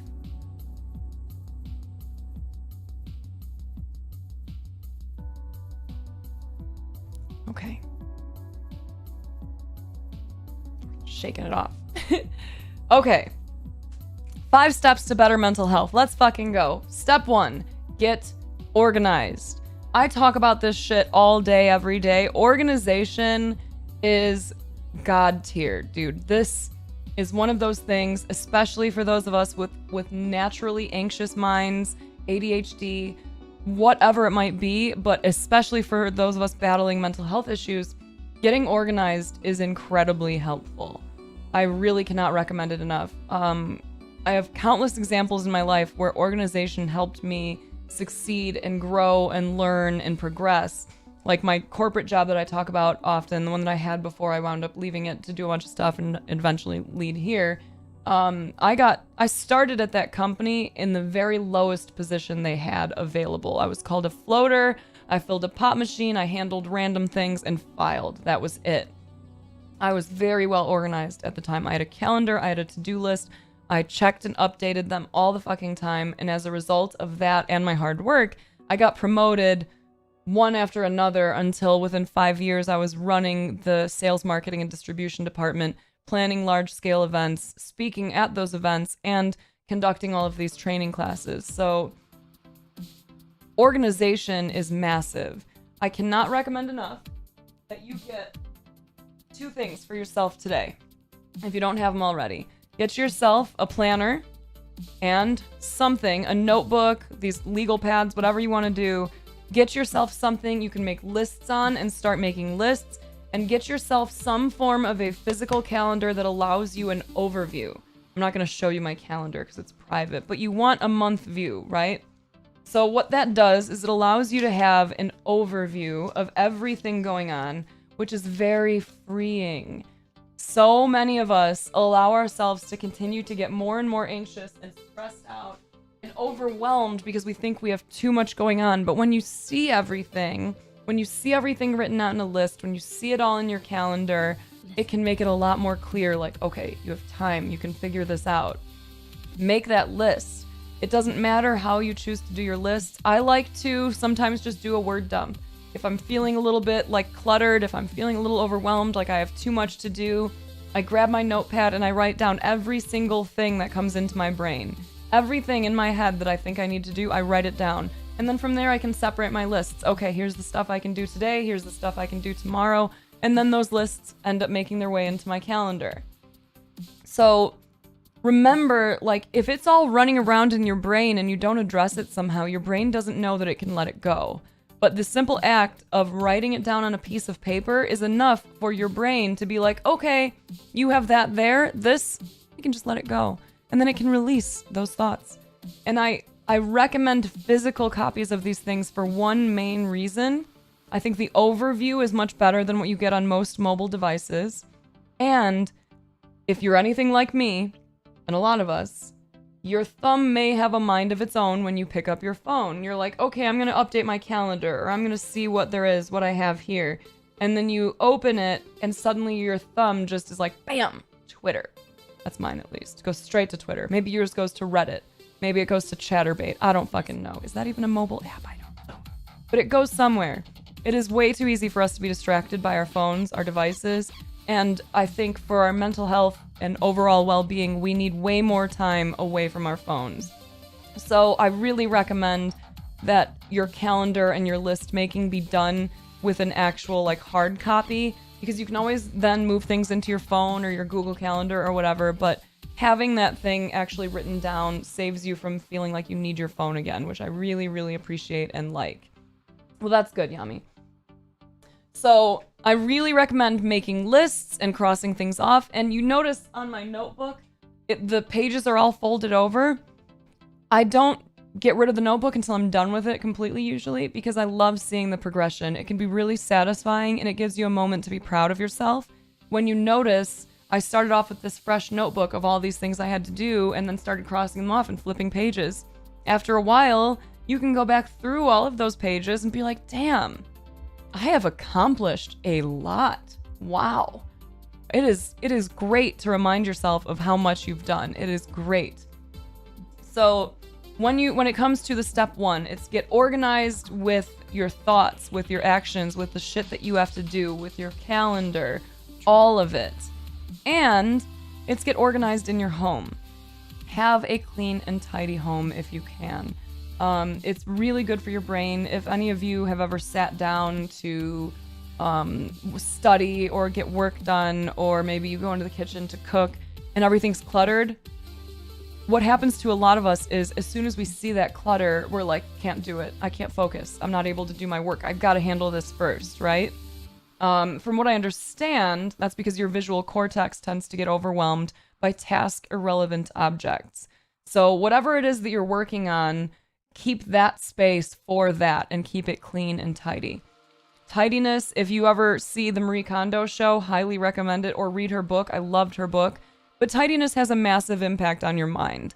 Having less clutter, having less shit around you can really impact your overall well-being. Really. So take some time, throw away some shit. One of the things that I really liked about Marie Kondo, because I read her book before this series came out, so my mental health talks have involved Marie Kondo's kind of methodologies for a while. Because the thing that stood out to me the most from her was when she would talk about finding things that spark joy. I know some people didn't like that she told you not to hang on to every fucking book you've ever owned, but like, there is some real truth to that. So after reading her book and throwing out a lot of stuff, I started to apply that same idea to everything in my life. And the idea is, with all the things in your house, you pick it up, you look at it, and you ask yourself, does this spark joy? Does this bring me joy? And if you don't have an immediate answer, if you don't have that feeling of like, yes, I love this. Like, I love this shirt because it means something to me, or I look good in it. I love this frame because it was a gift from so-and-so, whatever. If you can look at it and clearly say, this brings me joy, awesome, keep it. If you can't, it's okay to let it go. Get rid of it. And this applies to your relationships. So the last part of step one, get organized, is to eliminate toxicity and find joy. Do you have relationships in your life right now where when you leave them or they leave you, you are just like, oh, and you can't wait to call a friend or talk to your significant other and vent? Vent. All of it. Do you have friends who you talk a little bit of shit about? It happens. It happens to all of us. No judgment. But think about it. Is that something that you need? Does it bring you joy? Is this relationship hurting you or helping you? So I really encourage you to look at every relationship in your life and think about this. Like, does this bring me joy? And if it doesn't, it is okay to walk away. You don't owe anyone anything, and that goes for your family too. Some people will try to push you towards staying in family connections because blood is important. And I'm not going to try to say that family isn't special, that there's not something special there, but you deserve good things. You deserve to feel good. And it doesn't matter if it's your mom, dad, brother, sister, aunt, uncle, grandparents, whatever. If one of your relationships is draining you and is toxic, please save yourself from it. You have a little battery, just like the cell phone battery on your phone, that starts up every morning when you wake up. And that is all the energy you have to get yourself through the day. That energy goes for your mental energy and effort, and it goes for your body. So if you work out, the energy battery drains a little bit. If you go hang out with family that sucks, that battery drains a little bit. And when you think about your own life and what you want from it, you need as much of that fucking battery as you can get to keep yourself moving forward. So if everything around you is just draining, and you wind up at the end of the day with this much battery life left, this much energy, that's the energy that now is going to be applied to your friends and family that you love, to the work that you're trying to do, to yourself, to your job, whatever. That's all you've got. You need as much of that energy as you can. If you want the life that you deserve, you got to be able to work for it, and part of working towards it is having the fucking energy to do it. So please, eliminate toxicity and find joy.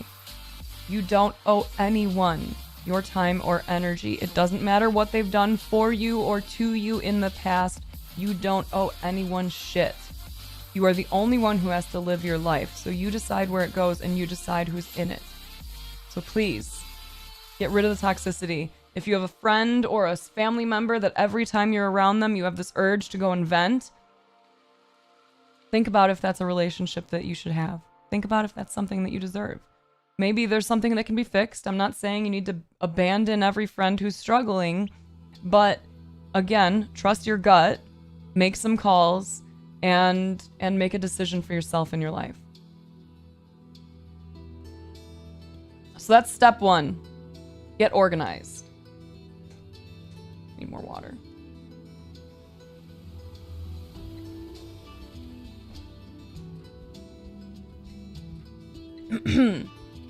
Okay. Step 2. Get social and try new hobbies. I know that this one is tough. I know. Getting social can be challenging, especially if you have been isolated for a while, which I can certainly relate to because I went a long time living alone before my boyfriend moved in, and I definitely became very reclusive, very stressed, very anxious. It was really rough, and it made it even harder for me to interact out in the world.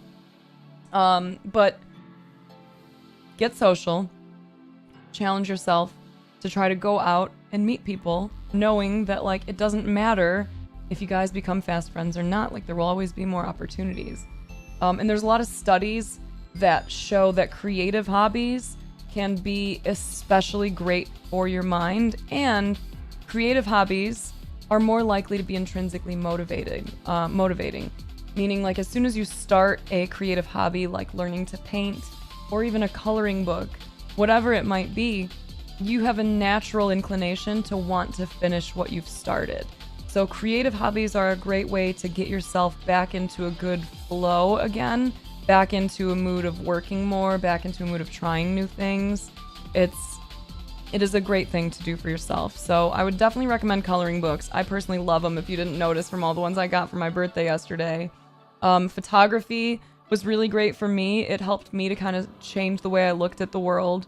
But anything involving creativity, please get into it. Try writing, write poetry, paint, sketch, sculpt, do metal sculptures, do clay, like do those, bit art, like whatever it is. There are a million different creative hobbies. Try as many of them as you can. If you try one you don't like, okay, you tried. Find another one, give that one a try. I know Smokey is one of our wonderful friends in here who benefited a lot from tying those two together, getting social and trying new hobbies. He found these things called paint and sips, which a lot of areas have, by the way. So look it up, sip and paint, paint and sip. It might be either way. But basically you bring your own drinks, you go into a class, you learn how to paint with a bunch of strangers, you all paint the same thing, and it's social and fun. He's made some friends through that. It's really cool. So there are always opportunities. There's lots of things in a lot of areas where you can go and do stuff like that. But like coloring books, creativity of any kind and socializing is really important. Like, we really are social creatures. There's a reason why hugging someone for 20 seconds releases oxytocin, right? Like, our physiology, like our bodies, our biology, they're tied to this desire to be around others and the benefit that comes from being around others and being your true self while you're there. Like, when you are in like the zone, when you're fully you and you're around friends who you get along with, where it's just simple and casual and there's no stress, like, that is one of the best feelings in the world, and you all deserve more of that. So please try to experiment more creatively, get out there and do more things, find some communities, and if the communities don't exist in your area, create one. That's how GuardianCon got started. That's how Twitch Chicago got started. That's how a lot of these smaller Twitch meetups got started. It was one person who said, I would love a meetup in my area, and it doesn't exist, and then deciding to create it. There are communities for pretty much everything that you're interested in. And if they don't exist, again, create one. Like, legit, dude, I went to a marble convention with my dad once. Fucking marbles. Literally. People were geeking the fuck out. They have different names for all the different ones. I was blown away. People do stamp collecting marbles. There's dance, there's music, there's art. Martial arts was an amazing community that I really loved. CrossFit has been great for a lot of my friends. But whatever it is, just try. Try a community. If you don't feel a good gut feeling, then try another one. Yeah, there's apps for it. Like, the main thing is socialization is important for our mental health. It really is. And the more you can be around people that you care for, that care for you, the better it'll be for you. You know, it's great. And then, you know, creative hobbies again. And there's actually science that shows that anxiety levels drop when you color mandalas. So I definitely recommend checking out some mandala coloring books. So,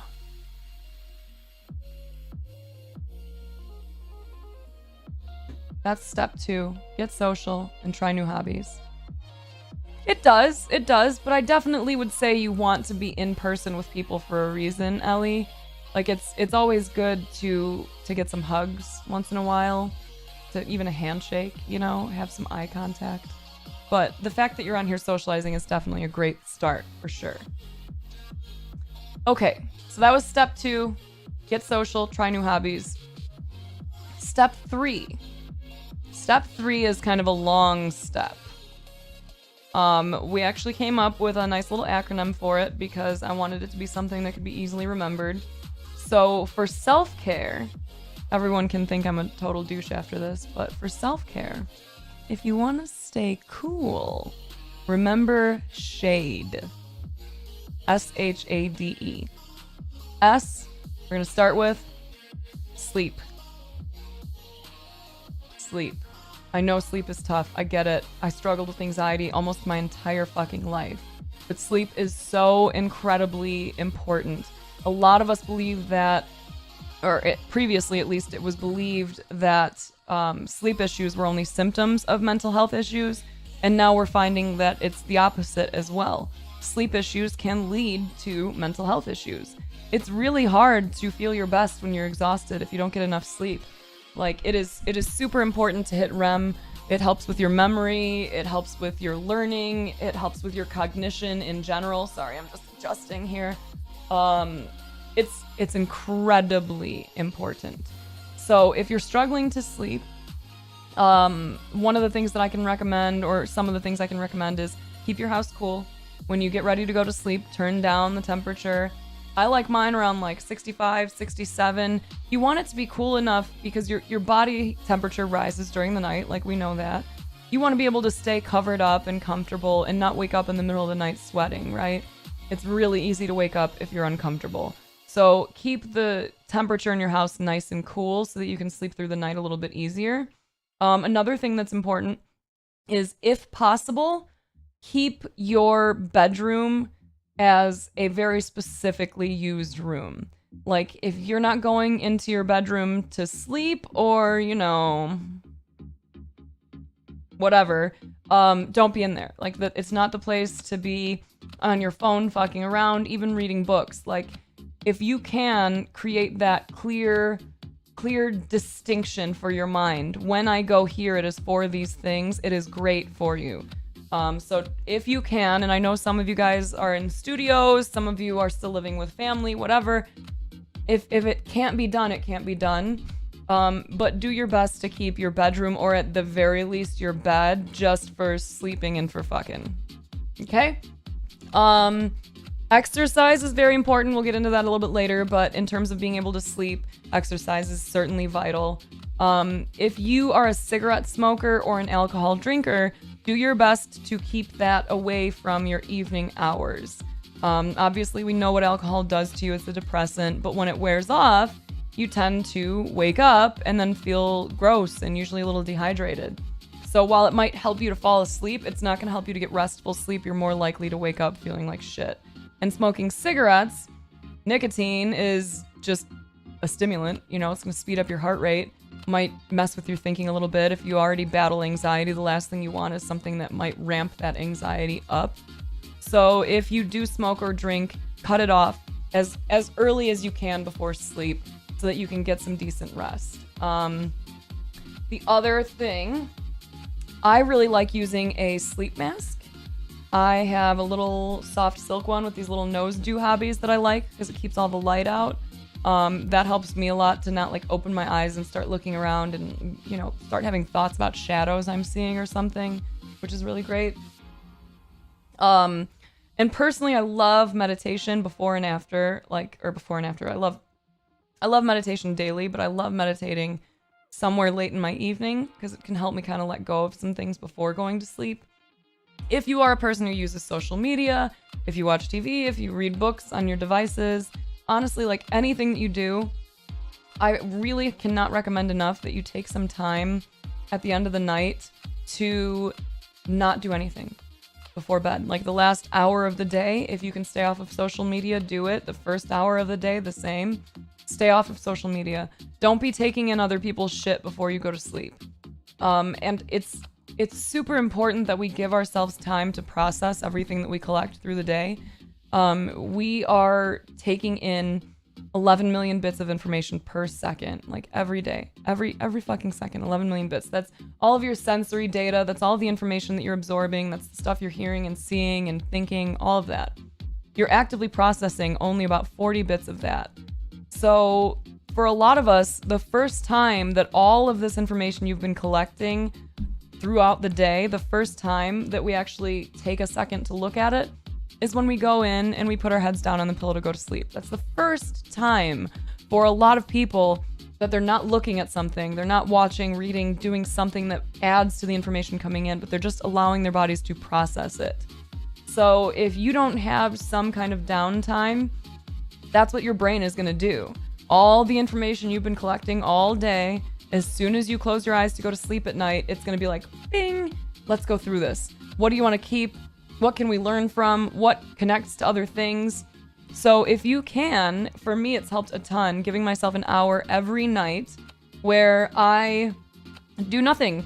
I do what Tom Bilyeu refers to as thinkitating, which is basically I put on very soothing, nothing like with lyrics, nothing too distracting, sometimes very ambient kind of stuff, like sometimes it's nature noises or rain, but I'll put on really soothing stuff and I just sit and allow myself to think.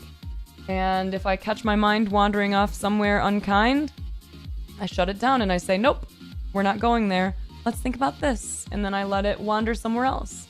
And then usually the last 15 minutes before I go to bed, I meditate. And I'm so grateful for that.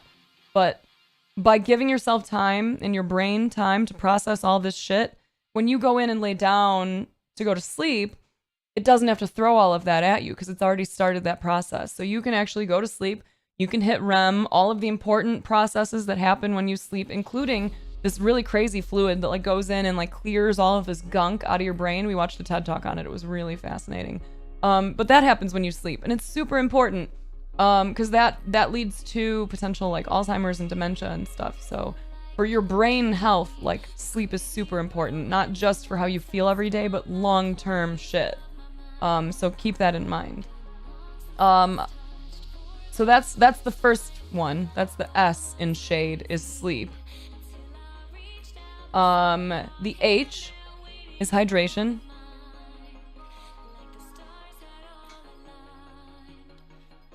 I thought it was gonna pop open. Oh, cool.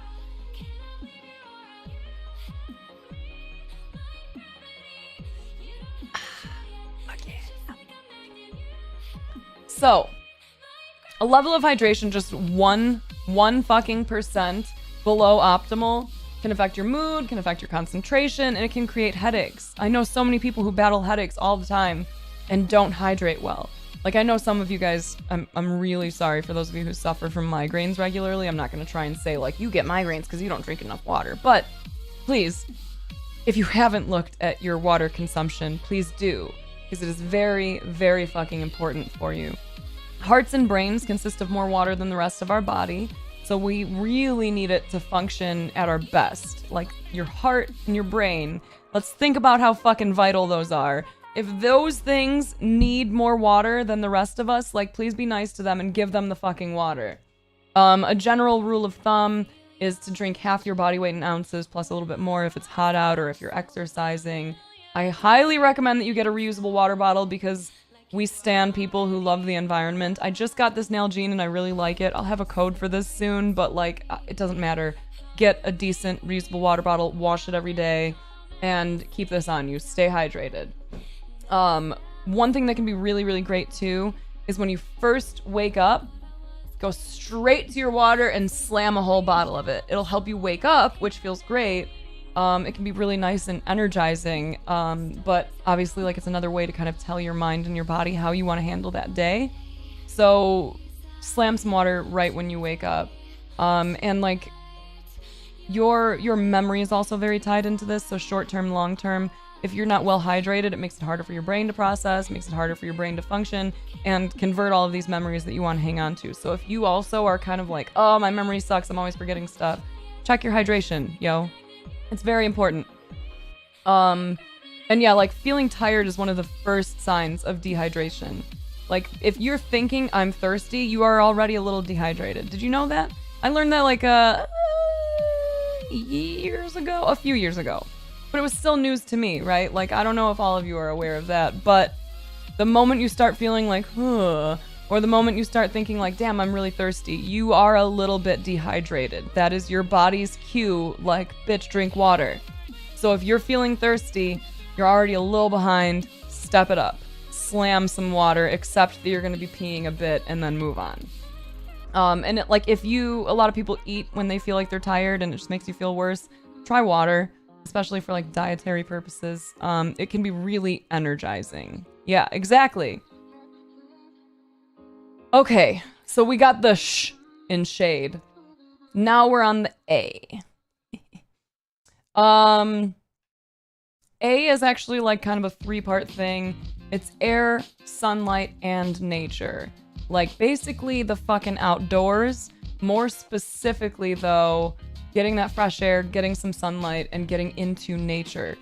So one of the things that I found was really interesting is being in nature can actually help increase your energy levels. And there's a lot of science that shows that it can help reduce depression and boost overall well-being. Sunlight synthesizes vitamin D, and a lot of experts believe that that is actually a mood elevator. I read something recently that talked about how all of us should be getting like 20 minutes of like good sunlight access every day. And this person, I'll find that study somewhere. They were talking about how this should be 20 minutes, like no sunscreen even. Because we're not talking about like going and like tanning, you know?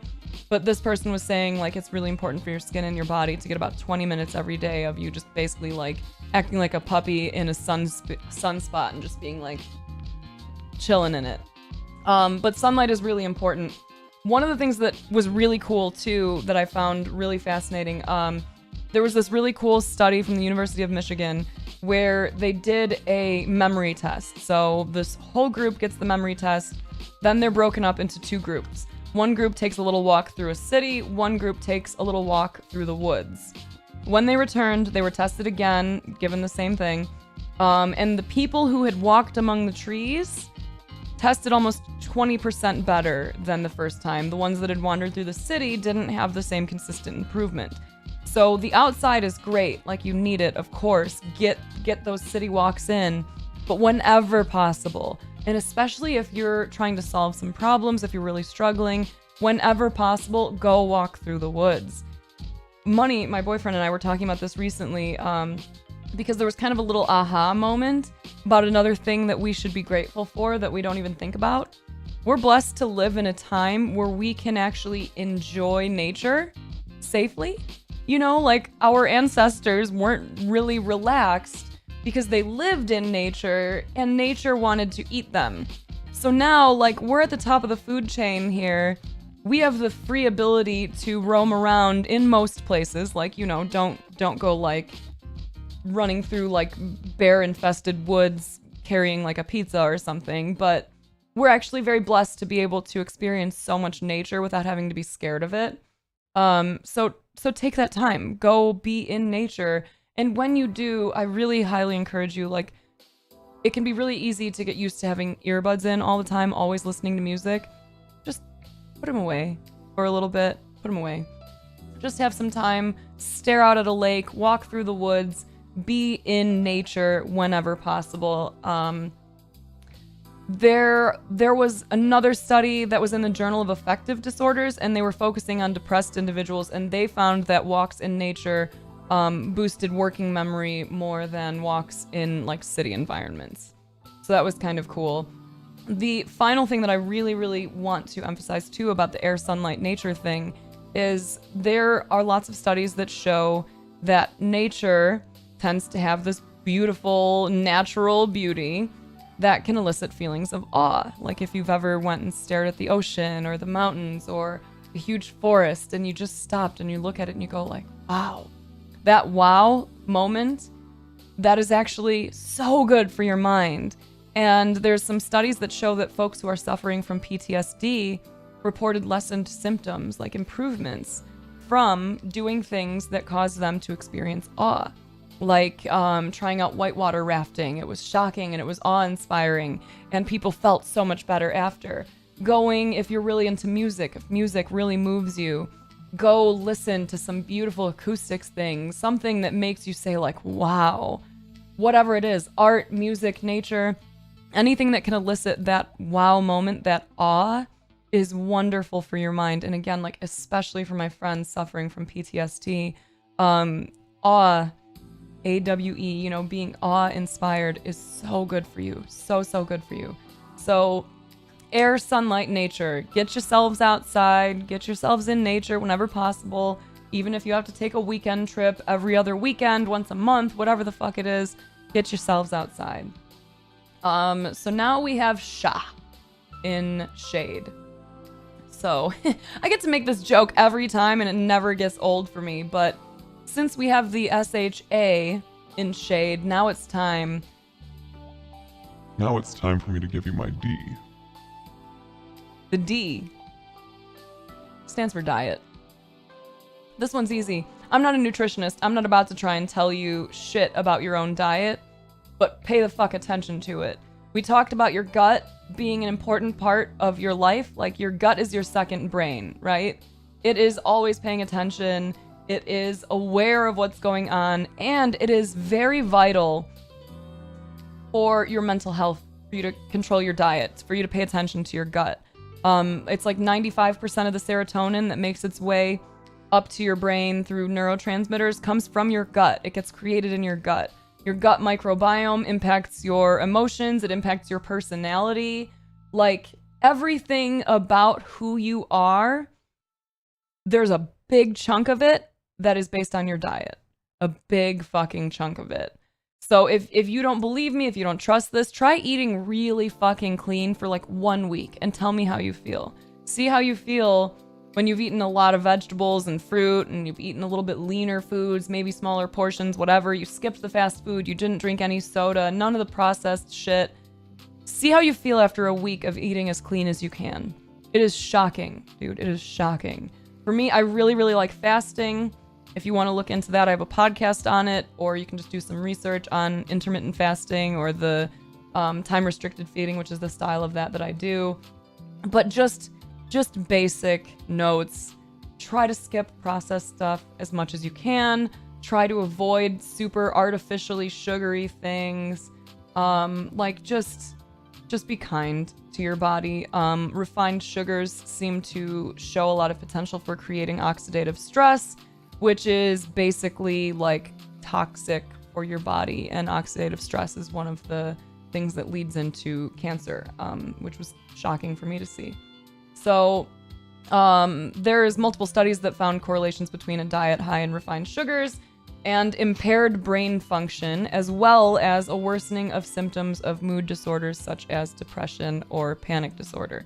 So if you're eating a ton of shit and you're struggling mentally, please check your diet. Just check it. Maybe a little bit less. Like, again, talk to your doctors, talk to a nutritionist, do your own research, but do whatever it takes to get your body and your stomach and your gut operating at maximum capacity. Because the fact that we have essentially 2 brains is insane. It's incredible, and we could benefit so much from the use of them. But if all you're doing all day is kind of feeling sluggish and bloated and uncomfortable, like, it's gonna be kind of hard to get shit done for yourself, you know? So,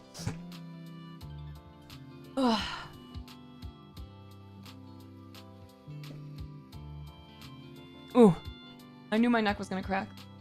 So yeah, if you can, cut out fast food, cut out soda. I swear you'll feel great. It's shocking. And I will say your body adapts very fast. Very fast. I learned a decent amount about like your hunger hormones and stuff like that. And it's really crazy how quickly dietary changes can be something that you'll be like, wow, I can't believe I didn't do this before. Initially, the first few days, you might get headaches, you might feel gross, you might feel tired, whatever, but your body adapts very quickly. So if you can stick to some kind of a routine, even better. But really, like, know that any dietary changes are going to be a little uncomfortable at first, but the end result is worth it.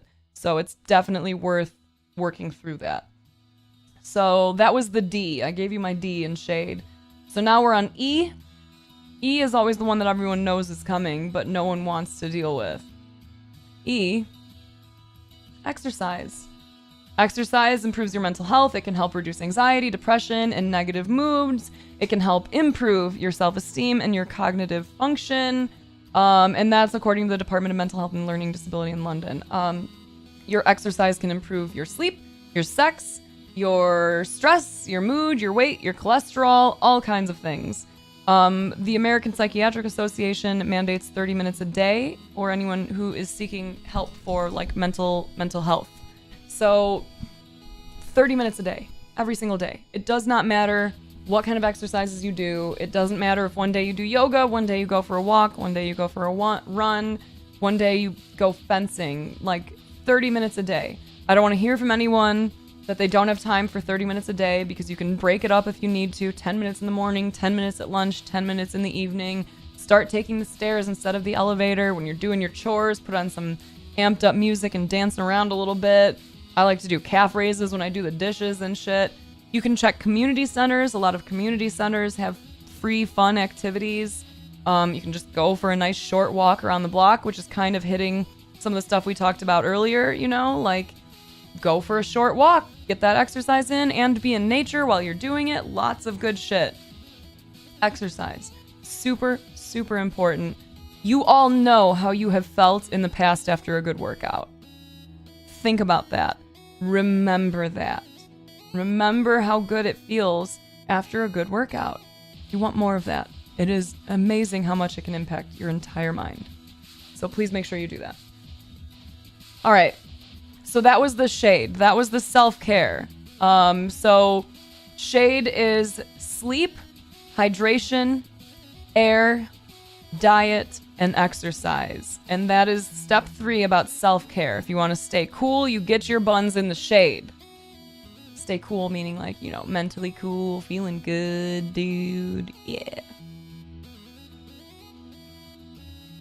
And again, if you guys are trying to like take notes, if you're writing this stuff down, it's all on that Take Control article. I just don't have the shade thing in there, but all of the same information is in there.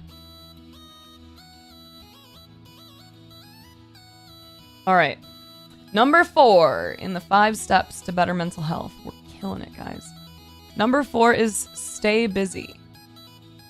So the first part of that, and I want you to know when I say stay busy, I don't mean just like keep yourself moving with menial tasks that don't matter to you.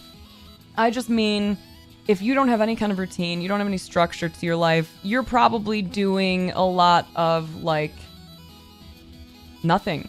A lot of meandering, a lot of waiting and deciding what to do next, right? So having a routine is so good for you. Our minds and our bodies, they really thrive on routine. It can help you to manage your time a little bit better, help you to plan ahead a little bit better. It can help you to build confidence by allowing you to see your progress better. And like our bodies really function well when we have eating, sleeping, and exercise set to a semi-regular schedule. No, Slow Cloud, that's fine. Like I said, this is all, like, talk to your doctors. But in general, if you don't have anything that stops you from doing it, get your exercise in. Scheduling meals is really great too. Scheduling your meditation can be really great. For me, I read this book a long time ago. Not even that long, Jesus. I read this book called Miracle Morning by Hal Elrod. And it really got me locked into a new routine, and I'm really grateful for it because it helped me a ton. So if you do exclamation point book list, there's some of my favorite books so far that are in there. And the first one is that the Miracle Morning one. I totally recommend reading it. I implemented that schedule with some slight changes, and it really helps me so fucking much. So much. So please create a routine. Like if you don't have any form of a routine, grab a pen and paper and write one out. Like today, set the time aside and start figuring out what time you want to go to sleep every night, what time you want to wake up in the morning, and then write down on the first line, okay, so if I'm going to sleep at 10 and I'm waking up at 6, this is what I do for this amount of time. At 8, this is what I do for this amount of time. At 9, this is what I do. However, like all of it breaks down, write it all down, get your weekday schedule, your weekend schedule. It may sound like a lot, but you're not restricting yourself to it by saying, I will stick to this religiously or else.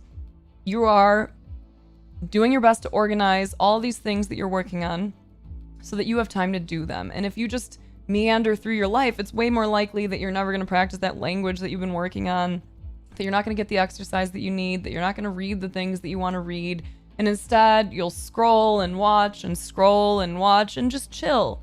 So having that routine can really be crucial, and it can be very freeing as well. Like it's less stressful for me to be spontaneous because I'm very organized. I have a good schedule and a good routine. If I can't do something at one point, I don't get stressed or anxious about it. I'm like, okay, I know my normal routine. I know my normal schedule, so I'm just going to swap this for this and we're set. So I got into this routine from influenced by that Miracle Morning book, and I really love it. So I recommend that you include journaling in your routine. There's a lot of science behind that as well. And in your journaling, if you're thinking about journaling and you're like, I don't even know what the fuck to write, and you don't want to do the Dear Diary kind of thing, grab a journal. And you can start out with bullet points. So what I like to do is if I have anything I want to write, I thought my puppy was being bad. If I have anything I want to write about my day or whatever, I write it. And then the end of my journal entry is always 5 bullet points. And it's 5 things that I'm grateful for. You can do gratitude. You can write down just bullet points of 5 things that I'm grateful for, 5 things that were funny, 5 things I achieved during the day. Your journal doesn't have to be this super complex thing. It can just be an opportunity for you to kind of check in with yourself. So I definitely recommend journaling, and especially recommend practicing gratitude. Practicing gratitude can actually help lower stress levels, and it actually can help improve your immune system, which is really crazy. I have a quote here that I really like. The more we focus on the good, the more goodness shows itself. So ATLT, friends, appreciate the little things. Practice gratitude, get your journaling done. Highly, highly recommend it. The next thing that I like that is always a part of my routine is affirmations. I fucking love affirmations. Like 80% of our self-talk is negative and our minds are wandering almost 50% of the day. It's like 47%. So like all day, we're just shit talking ourselves all fucking day. If you don't start taking control of that, like it's no wonder we identify with it. It's no wonder we feel like shit when we're telling ourselves we are shit and our situation is shit and life is shit, you know? So affirmations can be wonderful. And they're a form of cognitive behavioral therapy. So basically, if you do exclamation point affirmations, there's an article that talks about the science behind them and how to create your own, as well as it gives you a bunch of affirmations you can use right off the bat. But the main thing to remember is it's present tense and positive. So the word don't and can't should not be included. And the best example that I always give on this is you have likely experienced something similar where you kind of used an affirmation, but you used it maybe wrong and things backfired. Most common one is you start feeling emotional and your mind is thinking, don't cry, don't cry, don't cry, don't cry. Your brain apparently does not recognize the word don't. So when you are thinking to yourself, don't cry, don't cry, don't cry, your brain is instead thinking, cry, cry, cry. So affirmations are really powerful because they kind of tell your brain and your body who you are. So if you, instead of saying, don't cry, don't cry, don't cry, when you're feeling a little worked up, if you were to say, I am calm, I am calm, I am calm, your mind is listening. It's paying attention. It will likely shift a little bit. So I work really hard to create lots of different affirmations for myself. I use them all day, every day. I pay a lot of attention to my thoughts, and when I see negative ones, I replace them with positive ones.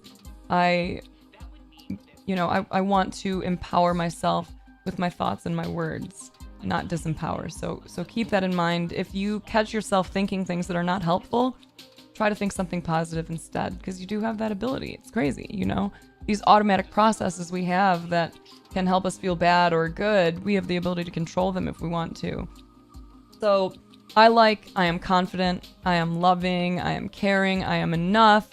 I have ones that are specific to certain things that I'm doing. Like if I'm exercising, my affirmations get a little more aggressive. And then I'll say things like, I'm fucking unstoppable. If I'm about to stream, I have affirmations that I do to myself where I just sit here in this chair before stream and I say, I am confident, I am articulate, I connect to people daily, I help people connect to themselves daily. Like, that's it. I just say that to myself a bunch of times and I'm like, all right, I'm telling myself who I am and what my goals are. Let's go. So affirmations are great. Visualization is really cool. If you haven't tried that, there's some cool science behind like what visualization does for your body, like real crazy shit. There are people who literally gained muscle mass through visualizing exercises. Now, the ones who did the exercises and visualized the exercises saw way more growth. So don't think that you can like think your way to fitness. But if you visualize your exercises and then do them, apparently it does a lot for you. There's some science about that in the article that I mentioned, so if you want to check that out. Now we're into my favorite one that's a good part of my routine is meditation. Oh my God. Meditation literally changed my life. If it hadn't been for meditation, I would not have gotten into this habit of doing all of these different things that I do now. So if you haven't looked into it, please do. I definitely recommend doing some research and figuring out what type of meditation is right for you. I like mindful meditations, and I can walk you through that if you'd like later. But the science behind meditation, which I thought was just hippie bullshit, the science is compelling. Like there's science showing that it can boost your immune system, boost your energy levels, reduces your blood pressure. It can lessen inflammatory disorders, so like your actual pain. Your breathing can potentially get a little better. People with asthma have seen benefits from meditation. PMS symptoms, menopausal symptoms, arthritis, like all of these different things can be benefited from meditation. It helps you improve your focus. It can help you feel more relaxed and calm. It can help you with regulating your mood, or if you have disorders, like it can help you to regulate those. It reduces gray matter density in areas of the brain that are related to anxiety and stress. It increases it in areas associated with learning, memory, and regulating emotions, and your sense of self, which is really cool. And basically, it helps you learn how to reallocate your limited brain resources, which is pretty cool. So I highly recommend looking into meditation, getting into that. And then the final part of the routine that I cannot stress enough is reading. Read, read, read. Every single day, read for 15 minutes. That's it, 15 minutes. Every day, read 15 minutes of some book, Audible, ebook, whatever, physical hard copy, but read for 15 minutes every day. Something that helps you grow, not just fiction. I love fiction. There is a time and a place, of course. But if we're talking things that are a part of your daily routine, learn something every fucking day. Every day, read at least 15 minutes, something that helps you improve your mind, your body, your business, your relationships, anything. Get that in there. So, yeah, I can't stress that enough. Like, routine is key. Get your routine locked down, do as many mindful behaviors as you can, build in as many things that help you to stay feeling good. And you'll notice this a lot when people come in here and ask my advice. One of the first questions I always have is, okay, what is your routine like? Because there is time for a lot. You just have to be kind of diligent in structuring it, right? So then that's 4 in the 5 steps to better mental health. That's stay busy, and the main focus of that being routine. Number 5 is one of the hardest ones. Number 5 is talk to someone. Talk to someone. Talk to someone, a professional. Call a hotline if you need to. Talk to each other. Reach out to the people that you're close to. Bare your soul a little bit. And be that person for someone else. If you think someone's struggling, reach out. Just let them know you have some love for them. But talk to people. Try your best not to fully isolate yourself. Even if you think everyone else in the world sucks, just try, because communication, like, it really is important. Our relationships with people, they really are important. So please, talk. There's a hotline, of course, if you're really struggling, 1-800-273-TALK. And there's Discord channels. There's our Discord. You're welcome to join us, be a part of this community. You can share whatever it is you're going through. You can learn a lot from a lot of those what do you call them, channels we have. But, you know, just remember, you are in control, but you are not alone, and talking to someone is totally okay. So, that's the 5 steps to better mental health. This stuff, it seems like a lot, and it is. But the cool thing that I've learned after using this to feel better is the information is out there. You are capable of making massive change on your life, but you've got to take that first step. So use as much of this information as you want to. Go do your own research if you want to. However it is that you go about it, but like, go about it. Make that change. Because if you don't take control of your mind and your routine, you're running on autopilot. Someone else is living your life for you. If you haven't stopped to think about the type of life you want and what that looks like, you're living someone else's ideal life, right? Or maybe not ideal, but you're running based on someone else's design, not your own. And you have an opportunity every minute of every day to decide what you're gonna do next. So take that time and decide, what does a good life look like for you? What kinds of things bring you joy? What kinds of things do you want to avoid? What types of jobs do you think would appeal to you? What type of travel do you want to do? What kind of family do you want to have? What kind of relationships do you want to have? Think about your ideal life and then work to create it. You deserve it. You really do. And I don't want to hear anyone try and tell me they don't because of shit they've been through in their past. Like, you definitely deserve to feel good. So, having said all of that, shared my story, a little bit of it at least, and then what I did to start feeling better, I'm definitely open to talk more. So please remember, I keep my Discord DMs open if you ever want to talk. My Instagram DMs are open, and all of the information that I share, like, you can come into streams Monday through Friday and ask advice and talk to us. Remembering, of course, that I don't know shit about shit, but I'm always willing to share my perspective and to share what I've learned and what I've researched. I also do offer coaching, but like I said, that's all of the information I share is free and available somewhere. If you want coaching and have, like, we can set aside some calls or some time for calls to work through some stuff specifically, knowing that I'm not a therapist. I'm not going to help you work through childhood trauma or anything like that. My focus is here and now and moving forward. So if you want someone to be in your corner and help you with that, I'm happy to be that.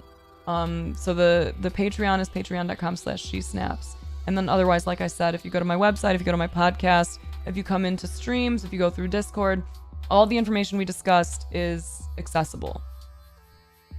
No, I'm not leaving, but I wanted to shut this part of it down just so there's a clear end for YouTube. So YouTube people, thank you very much for tuning in. I hope that you learned something from this.